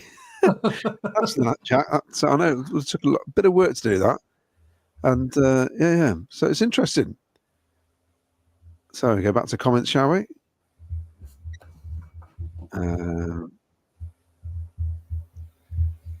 Let's go up here. There's lots of guesses on the gates. It looks like your dad got them all right, Jack. Yeah, I think so. It doesn't surprise me. He may have been on the same coach for most of them, to be honest. And as I said, yeah, James Holloway mentioning that's without Wright at all. Paul Stratton, is Doug still away skiing, as he's been very, very quiet since November? I think he's just taken a back seat, hasn't he, now? He's done his bit. Stephen says, I think Robbins would have taken us down. 12 assists from Rodoni is great from the realms of possibility. Steve Price, our nemesis next up, but we smashed the Swansea Voodoo. Hoodoo, Steve, Hoodoo. Yeah.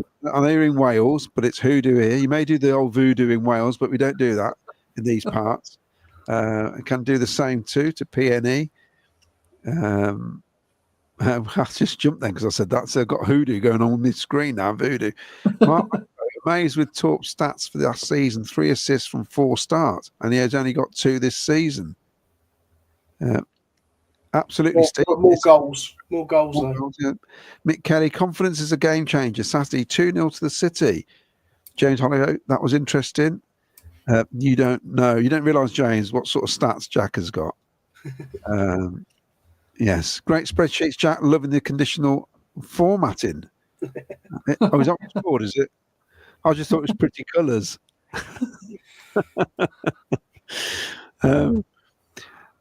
Paul Stratton, charts and stats are great. Proves Frank is the man for the job. Just think what he can achieve with his own team. This is the thing, though, because I know people say, oh, it's stats, which what counts on the pitch that matters, but you have to use something to work things out, don't you, Jack and Vicky?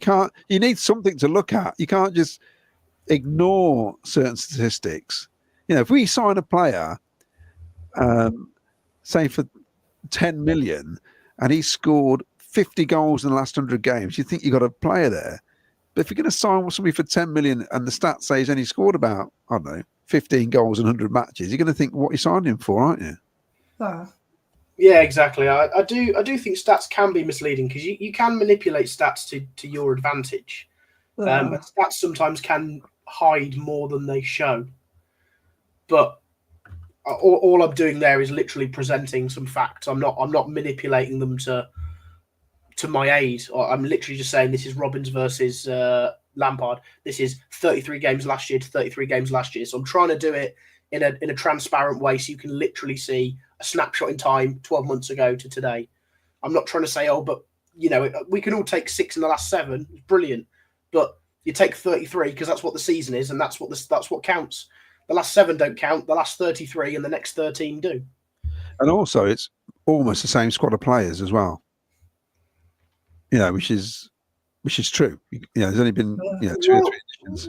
You say that, but for example, in the last one I showed you with the players, Hamer's on there because he got an assist away at Leicester. Yeah. Game of the season.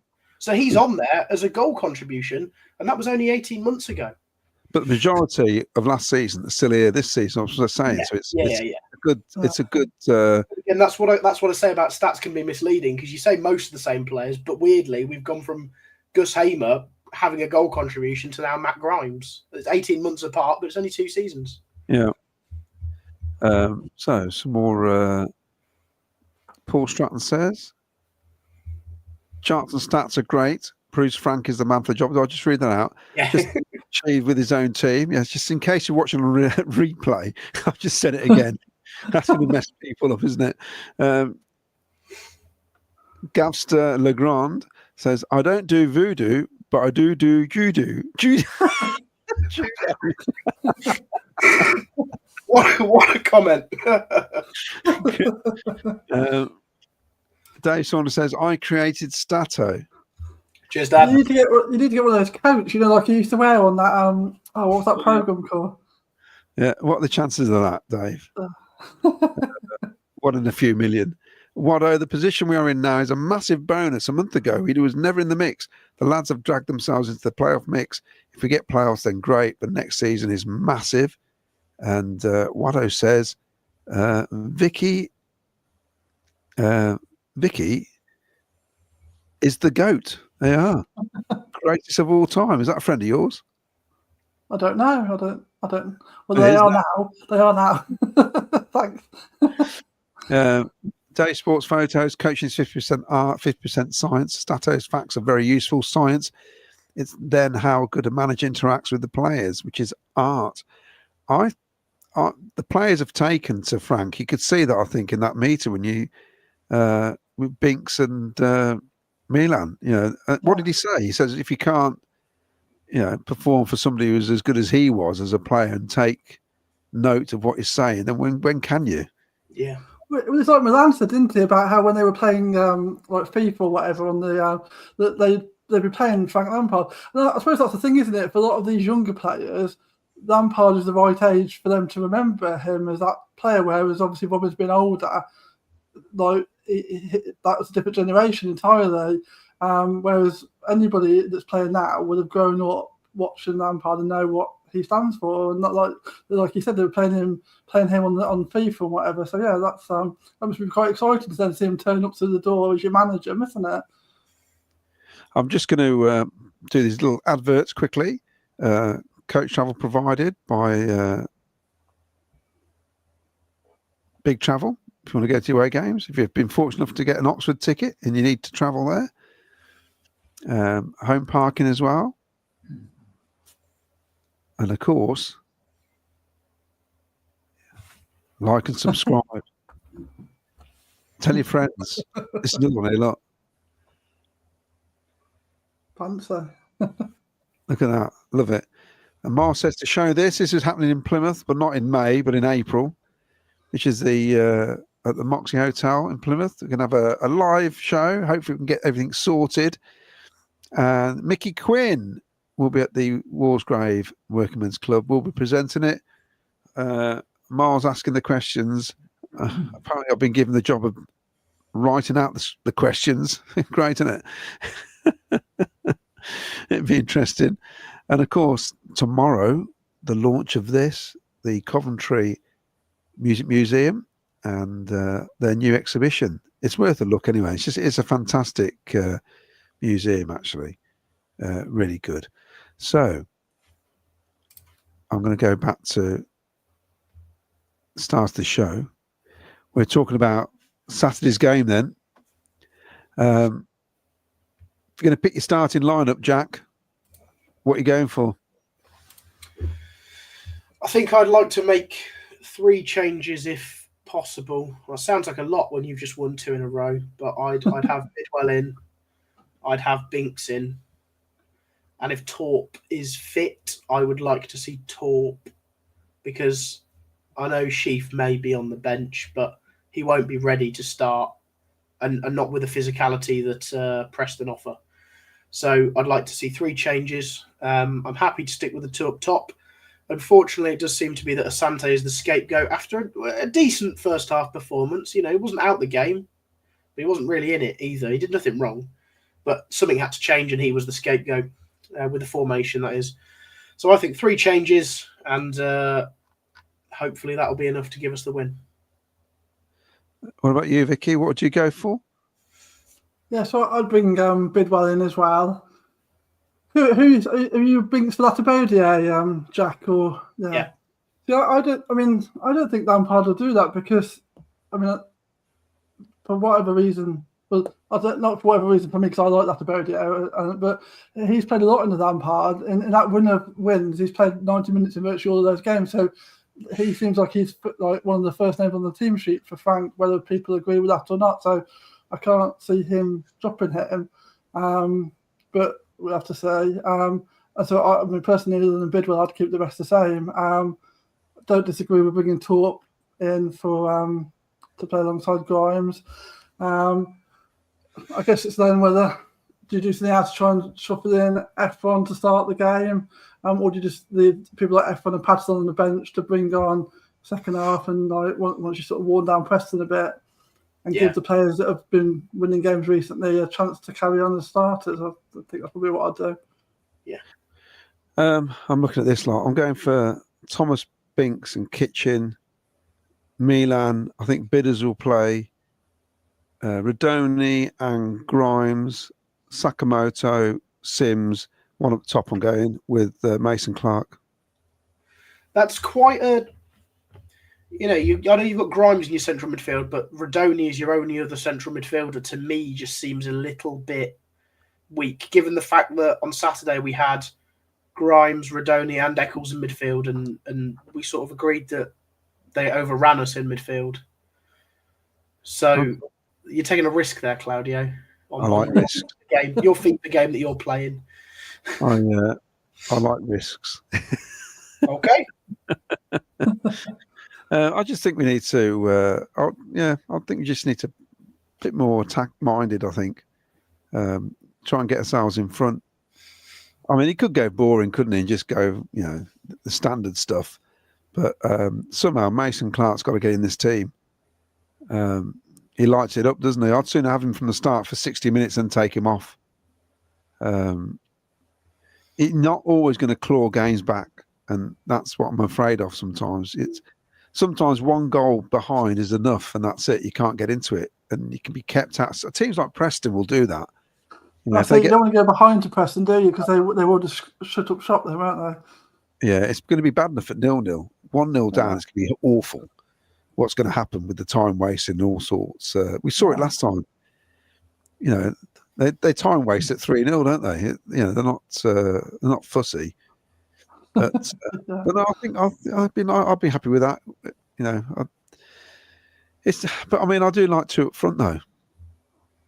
So yeah, I do prefer 2 up front. I'm just thinking what Frank might do.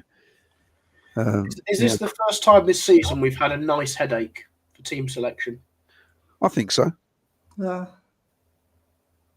Yeah, definitely. I think so. Right, we've got some more comments, if I can get them up. Eventually. A few calling for Bassett to play. There we go. Right, well, we'll go. First of all,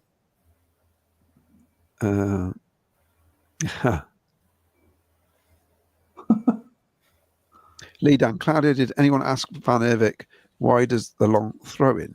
Why it does? Well, we did. I asked him. I said to him, you didn't do it enough. And he thought he did. So, I don't know. Although you weren't brave, you didn't ask him why he doesn't throw it long enough. Why you throw it a bit further, is what I said. To be fair, his throw-ins at Hillsborough were probably the best I've seen. They were higher, further, not necessarily quicker, but when you get the height on them and it gets the distance, it's in the danger zone. And it's not far enough for the keeper to just catch it, but it's further than they have been as well. So I don't know if he's just made a slight change, but it seemed to be better on Saturday. Yeah, I just think as the game goes on longer, his throw-ins become flatter, don't they? But I did like it the other week where after 2 minutes we had a throw-in and he went long straight away, and our centre halves went up there, didn't they? I think it's probably the last home game or the one before that. And I thought that's better. You know, it's just instead of you got a weapon like that, use it. You know, you might as well. Dovin makes a big difference under Frank Lampard, says Stephen McGovern. Brown's a possibility. You can see the bond forming on the pitch after the games between the players and Frank. Bomber Bidwell, Vicky, Jack and Claudia, the SBF TV Dream Team. Great show, lasses and lads. Where's Superfast Ken? And where's Jamaica Miles? Well, Ken's under the weather. And if you didn't see it earlier, Bomber Bidwell, should we get Miles up again, shall we? No, if we have to. Yeah. Here he is. He's at the Coventry Museum. Look, he's with the enemy. There he is, the fourth member of the band. Yes, he's doing that tonight. Fair play to him. Not jealous in the slightest. I wouldn't miss this. This comes first. Yes. Yeah, well done, Claudia. Well done. So, 7919 Books channel. Ooh. Preston game will either make or break our season. He said it 3 times. Discuss Preston's game will either make or break our season. Oh, right, okay, it's on repeat. I'll put you out your misery. I'm not sure it will, because it's only one game, isn't it? At the minute, it's not a clincher, is it? It just depends what happens above us, I suppose. But I know what we're like. We could stumble through our next 4 games. We're expected to get loads of points, end up with something like, I don't know, 8 points or something, or even 5 points. And then when we played Sheffield United, Burnley and Sunderland, win all 3 or something stupid like that.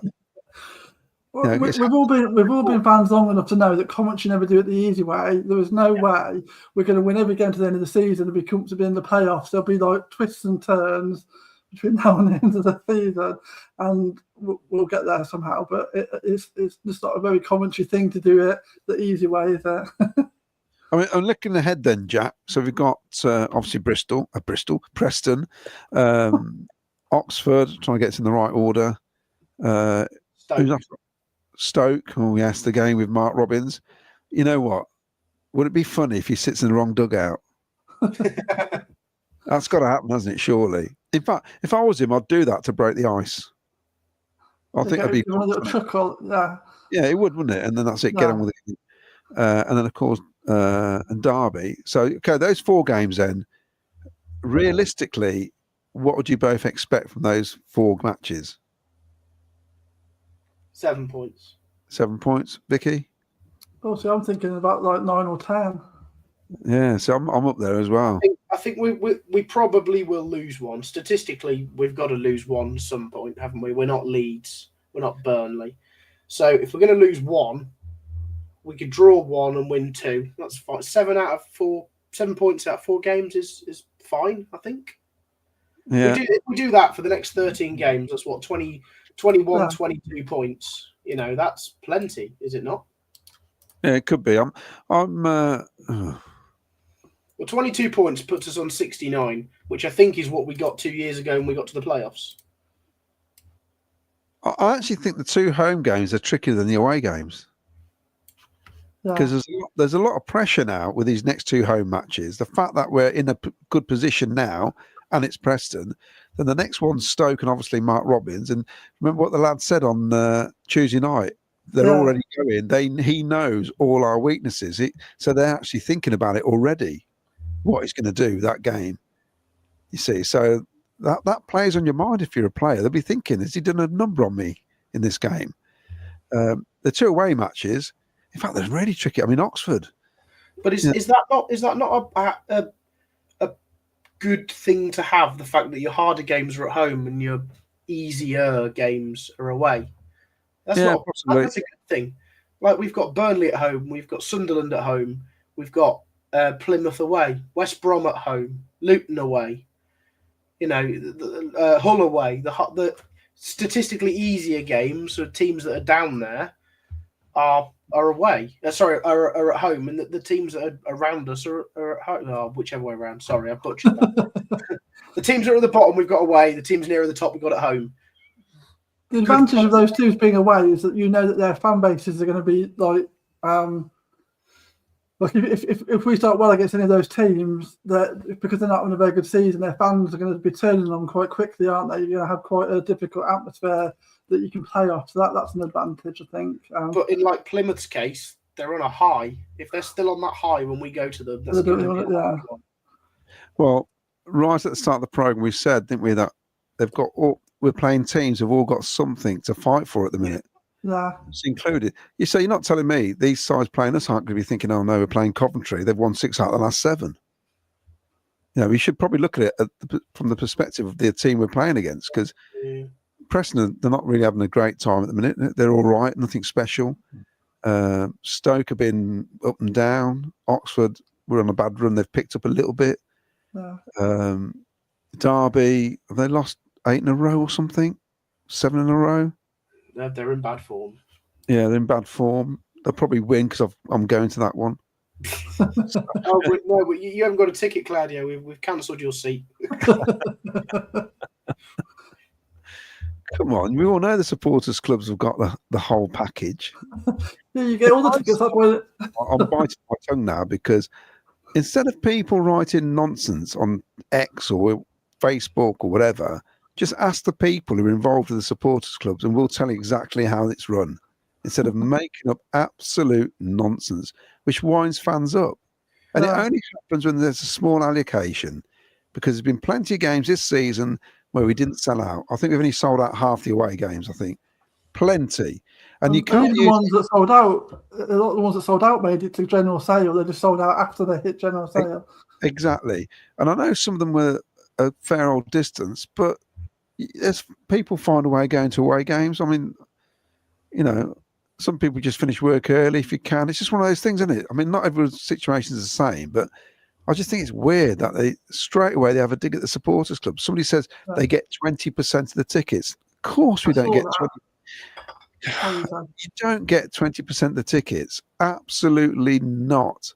They also forget the people who are in the boxes, that they get tickets as well, because they're paying a hell of a lot of money. Whatever people think of the Prawn Sandwich Brigade, you know, you're talking season tickets of 1,700 a season or something, and 20-odd thousand for a box. You know, I'm sorry, you get perks with things like that. It's just the way, it's how it works. Well, isn't it? Yeah. Business, you know. So, and these are still fans. They're just probably in a better position than most to be able to do it.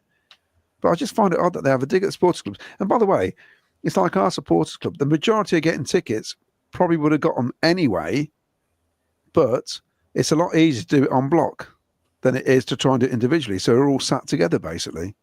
And that's how it works. It's as simple as that. So, yeah. So let's see what happens when it's Luton. You know. What I'm saying. More carnage. But, yeah, I mean, I've missed out before. It doesn't bother me. It's just the way life is. I mean, come on. You can watch it nowadays. It's not like the old days where you couldn't see it at all, could you? There are ways of watching the game if you can't make it. It's the thing. It's like with anything in life, isn't it? There's only an infinite amount of tickets. I mean, it's like people who wanted to go and watch Oasis. I mean, I didn't, so I didn't even try to get a ticket, but people did and couldn't. I mean, it's just with anything, any event, there's only so many tickets, and not everybody can get one. So it's just the same with football, isn't it? That not everybody that wants to go to some of the games are going to be able to get a ticket. You have to just take it on the chin, don't you? I mean, Miles is off the scale with his points. He's well over 2,000. Yeah. There's a whole gang of them. Because I saw somebody put, there can't be that many with more than 1,700. There are loads with more than 1,700. Well, I said that. I said that. I said I think you're misjudging how many are over that amount, and how if you go regularly, if you've had season tickets all the time, that it counts, and if you go regularly to away games, you'll easily be touching towards 2,000 plus, won't you? And there'll be lots of people like that. We regularly get decent away following, so I don't know why you thought that wouldn't be very many people. I think it was odd. Yeah, it's surprising how it accumulates. Also, if you did the cup games, I think I must have gained the last few seasons over 200 points by just going to the cup games. Yeah. Instead of moaning about, I don't want to see Oxford, I don't want to see Maidstone, not interested. Buy a ticket, go to the game. You're getting 20 points, you're getting 30 points. That's how you accumulate your points. It's all part of the system, all part of the game. Yeah. Got to be in it to win it, Vicky. Jack, isn't that right? In it to win it. And I don't care. These supporters clubs do a great service to a lot of fans who, some of them, with this system of online booking, haven't got a clue. It's got to be said. It's true. So some people find it really difficult, even now, to to work out how to get a ticket, even for home cup games. So yeah. So somebody said about singing a song. That was me on my get off my hobby horse now, whatever you call it. I just see it so much. It annoys me because the Leamington Warwick Supporters Club has been going since 1976-77 season when the old man started it. It's had some off and on times. Juggy Chima dragged it back up again when we were in League Two, and nobody was going to these games. I don't care what anybody says. And spoke to Dave Boddy to try and rally the troops, basically, to get behind the club. And that's what the fans did. And Bedworth, there was the rebirth of Bedworth, and they're doing brilliantly. Rugby, Southam, Cowden, they're all doing it now. And it's all brilliant. And they do give a service to a lot of fans who would struggle to get tickets anyway, but also for those who can get the tickets and they get them to games. What's the problem? Yeah. Aren't we all COF fans? I've missed out on games. It's just the way it is. We missed out on Watford last season, didn't we, Jack? We did, yeah. We didn't get anyone there, really. We tried to play the game and say we waited until the tickets went to certain points. We could get everybody's, but they all went. We miscalculated, basically. So it's just one of those things. So, anyway. Right. Somebody says, do we... Oh, right, there we go. Because somebody said about singing Robin's song. Lee Lishman says, don't you think we should sing Robin's song? It's not the right occasion. I'll be even more embarrassing if we beat us. Think we'll get 7 from the next 4. There's at least 1 banana skin there. Marky Boy says, fans used to comment, MR always said the same things, but has anyone noticed Lampard? They don't make it easy for you. They're a tough team to play against. It's not an easy place to come to. That sounds like my house if you come round for dinner, Mark. How many fans do you need to make a supporters club, says Lee? I don't know, actually. Well, if you want to be unofficial, just start a Facebook page that says I'm a supporters club. If you want to be official, I think the smallest package is... I don't know, actually. Are we the small? We're not the smallest, are we, Claudia? We're middle one. No. Yeah. There is a small... So we're package B, which is 30 tickets per game. You're guaranteed. Or up to 30, I should say. You don't have to take up that full allocation. There is a smaller option. I don't know how many tickets you're guaranteed. And then there's the package A, which I think you get 84. Yeah, but you're paying... But you're paying for that, aren't you? Yeah. You have to pay an upfront sum prior to the season starting, in one go, so you can't even like spread the cost. And yeah, so you do need a group to club together to all chip in to make it work. You basically, and then you've got to arrange your coaches and however else you want to do it. It's not an easy job.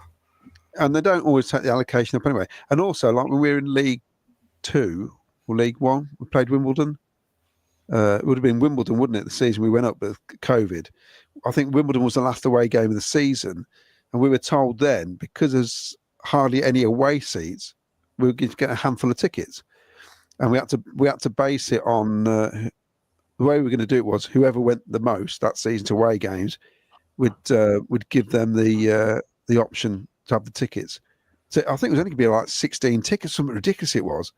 And fair enough, it would have gone to whoever'd been the most that season to away games, which is the only fair way of doing it. We had to do that with Middlesbrough in the playoff semi-final the other year. Yeah. We could only get a small minibus full of tickets, which my dad ended up driving. So I think we had 15 tickets, and it was the 15 people that went the most. And also, we've had people in our sports club have paid into the club £100 to keep the club going. A lot of members have done that because these player evenings aren't cheap, and it's all money. It's not free stuff at all. So that's the way it is. But enough of that, I think, because no doubt it will come up again, won't it? So yeah, like you say, for Luton when no one can get tickets. Well, I think that was helpful, Claudia, because at least you've given a bit of a picture about how and Jack, because I think a lot of people are just very misinformed about, and they think that there's lots of people just getting sent for nothing, and that's not right. So it's helpful just to put a bit of information out there to make it a bit clearer as to exactly what's going on. And this is public knowledge by the club. They put this out every summer. It was it took a lot of digging this year to get it from them, unfortunately, but they got the information out there. They got it to us.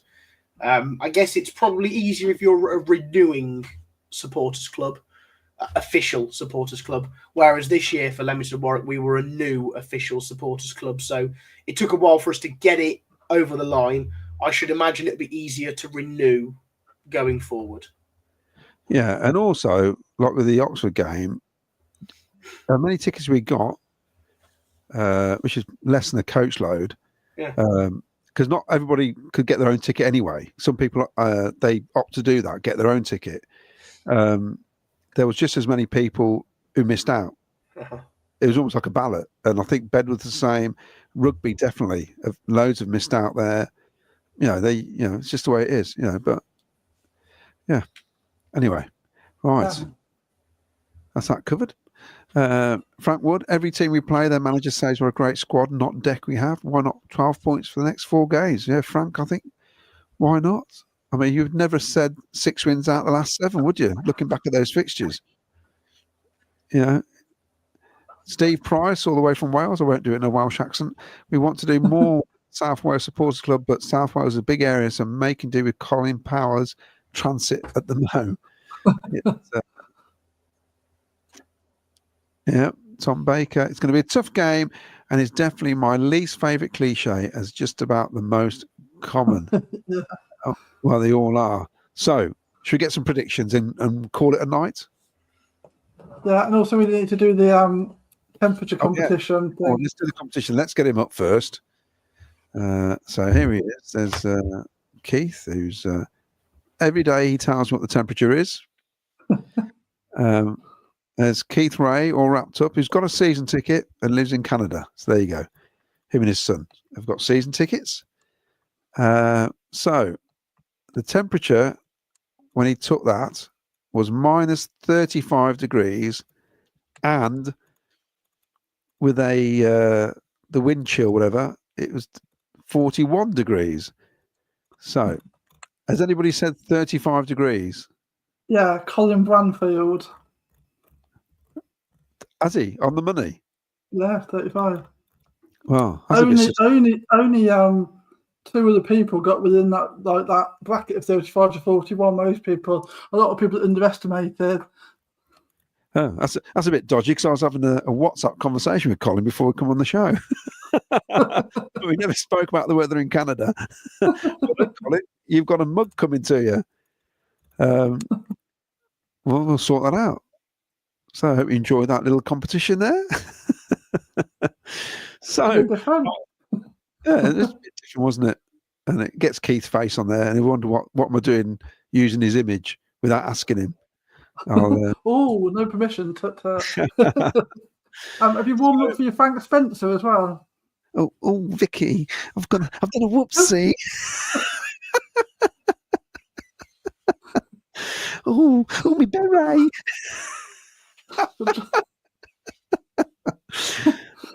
Jack's had to mute himself. He's so disgusted. I'm here all week.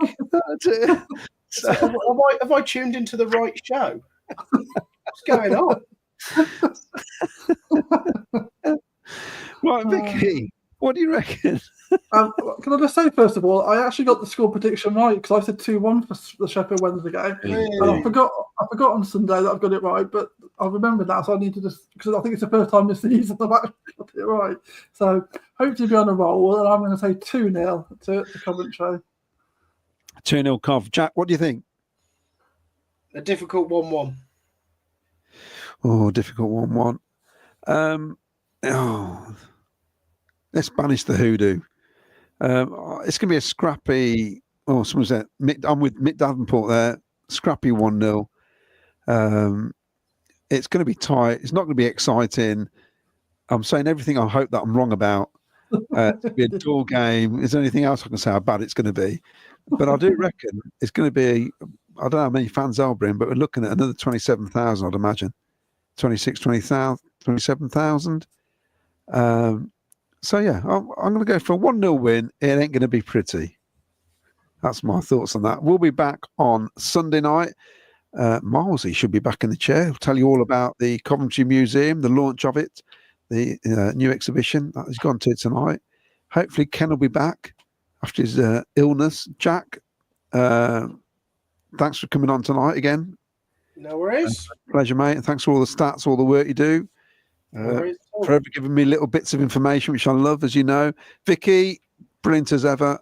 And and also, can I just say a big thank you? Because we don't realise how popular we are at the minute. And I'm saying this with a bit of humility here, because it's nice to have people come up to us and say how well we're doing. Believe me, it's appreciated. And we were talking about this earlier, me and Vicky, how, we just, if you stop and talk to us, it's great. We will talk to you. I had someone bump into me in trial services on the way home from Sheffield Wednesday. I can't remember the gentleman's name, but very lovely and recognised me from this. So, cool. Another fan. We love doing it. We just love talking about the city, and also say, big up to the other people who do the podcast and the YouTube stuff and everything, because we're all fans. We all do it in a different way, and I think everyone's got fans of their shows, and I think it's great. But yeah, if as my son said, is there any chance we can get around the ground without you actually stopping and talking to someone? That's the way it is, isn't it? But thanks for watching, and it's really, really appreciated. Tell your friends. Do the like and subscribe. I won't get the thing up now because I can't find it. But we'll be back on Sunday. We've gone over 2 hours. I didn't think we'd do that actually tonight. But there you go. And get Mr. Viewsky on. Oh, he's coming on soon, isn't he? He's on next Thursday. Yeah. He's on next Thursday. Mr. Viewsky is on next Thursday, Lee Beckett. We've also got on my mate Andy McCormack, the Oxford fan, which I love. And I'll tell you what makes me laugh is the fact that I said they're going to get the worst points ever in championship history, didn't I? So he's going to give me some pelters as always. And Mr. Viewsky is fantastic. The stuff he does, I love what he does. He took a load of videos from me actually to get them on YouTube, which is fantastic. So, and he's also doing stuff for the archives as well, which is brilliant. So remember, if you're not fed up of me, watch the Sky Blue History. Well, you don't actually; it's recorded. The Sky Blue History podcast. But next week, David Cross. For those who remember him, he played for us during the 70s. One season, he scored an opening day hat-trick against Everton. And then on the last day of the season, scored a hat-trick. He's the only player to ever do that for Cov City. Anyway, we'll be back on Sunday. Play up Sky Blues. Play up Sky Blues.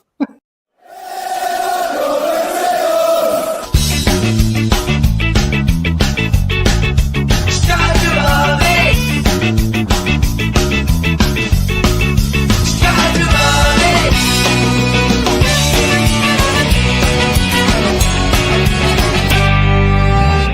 Sky Blue Fans TV. For the fans, by the fans.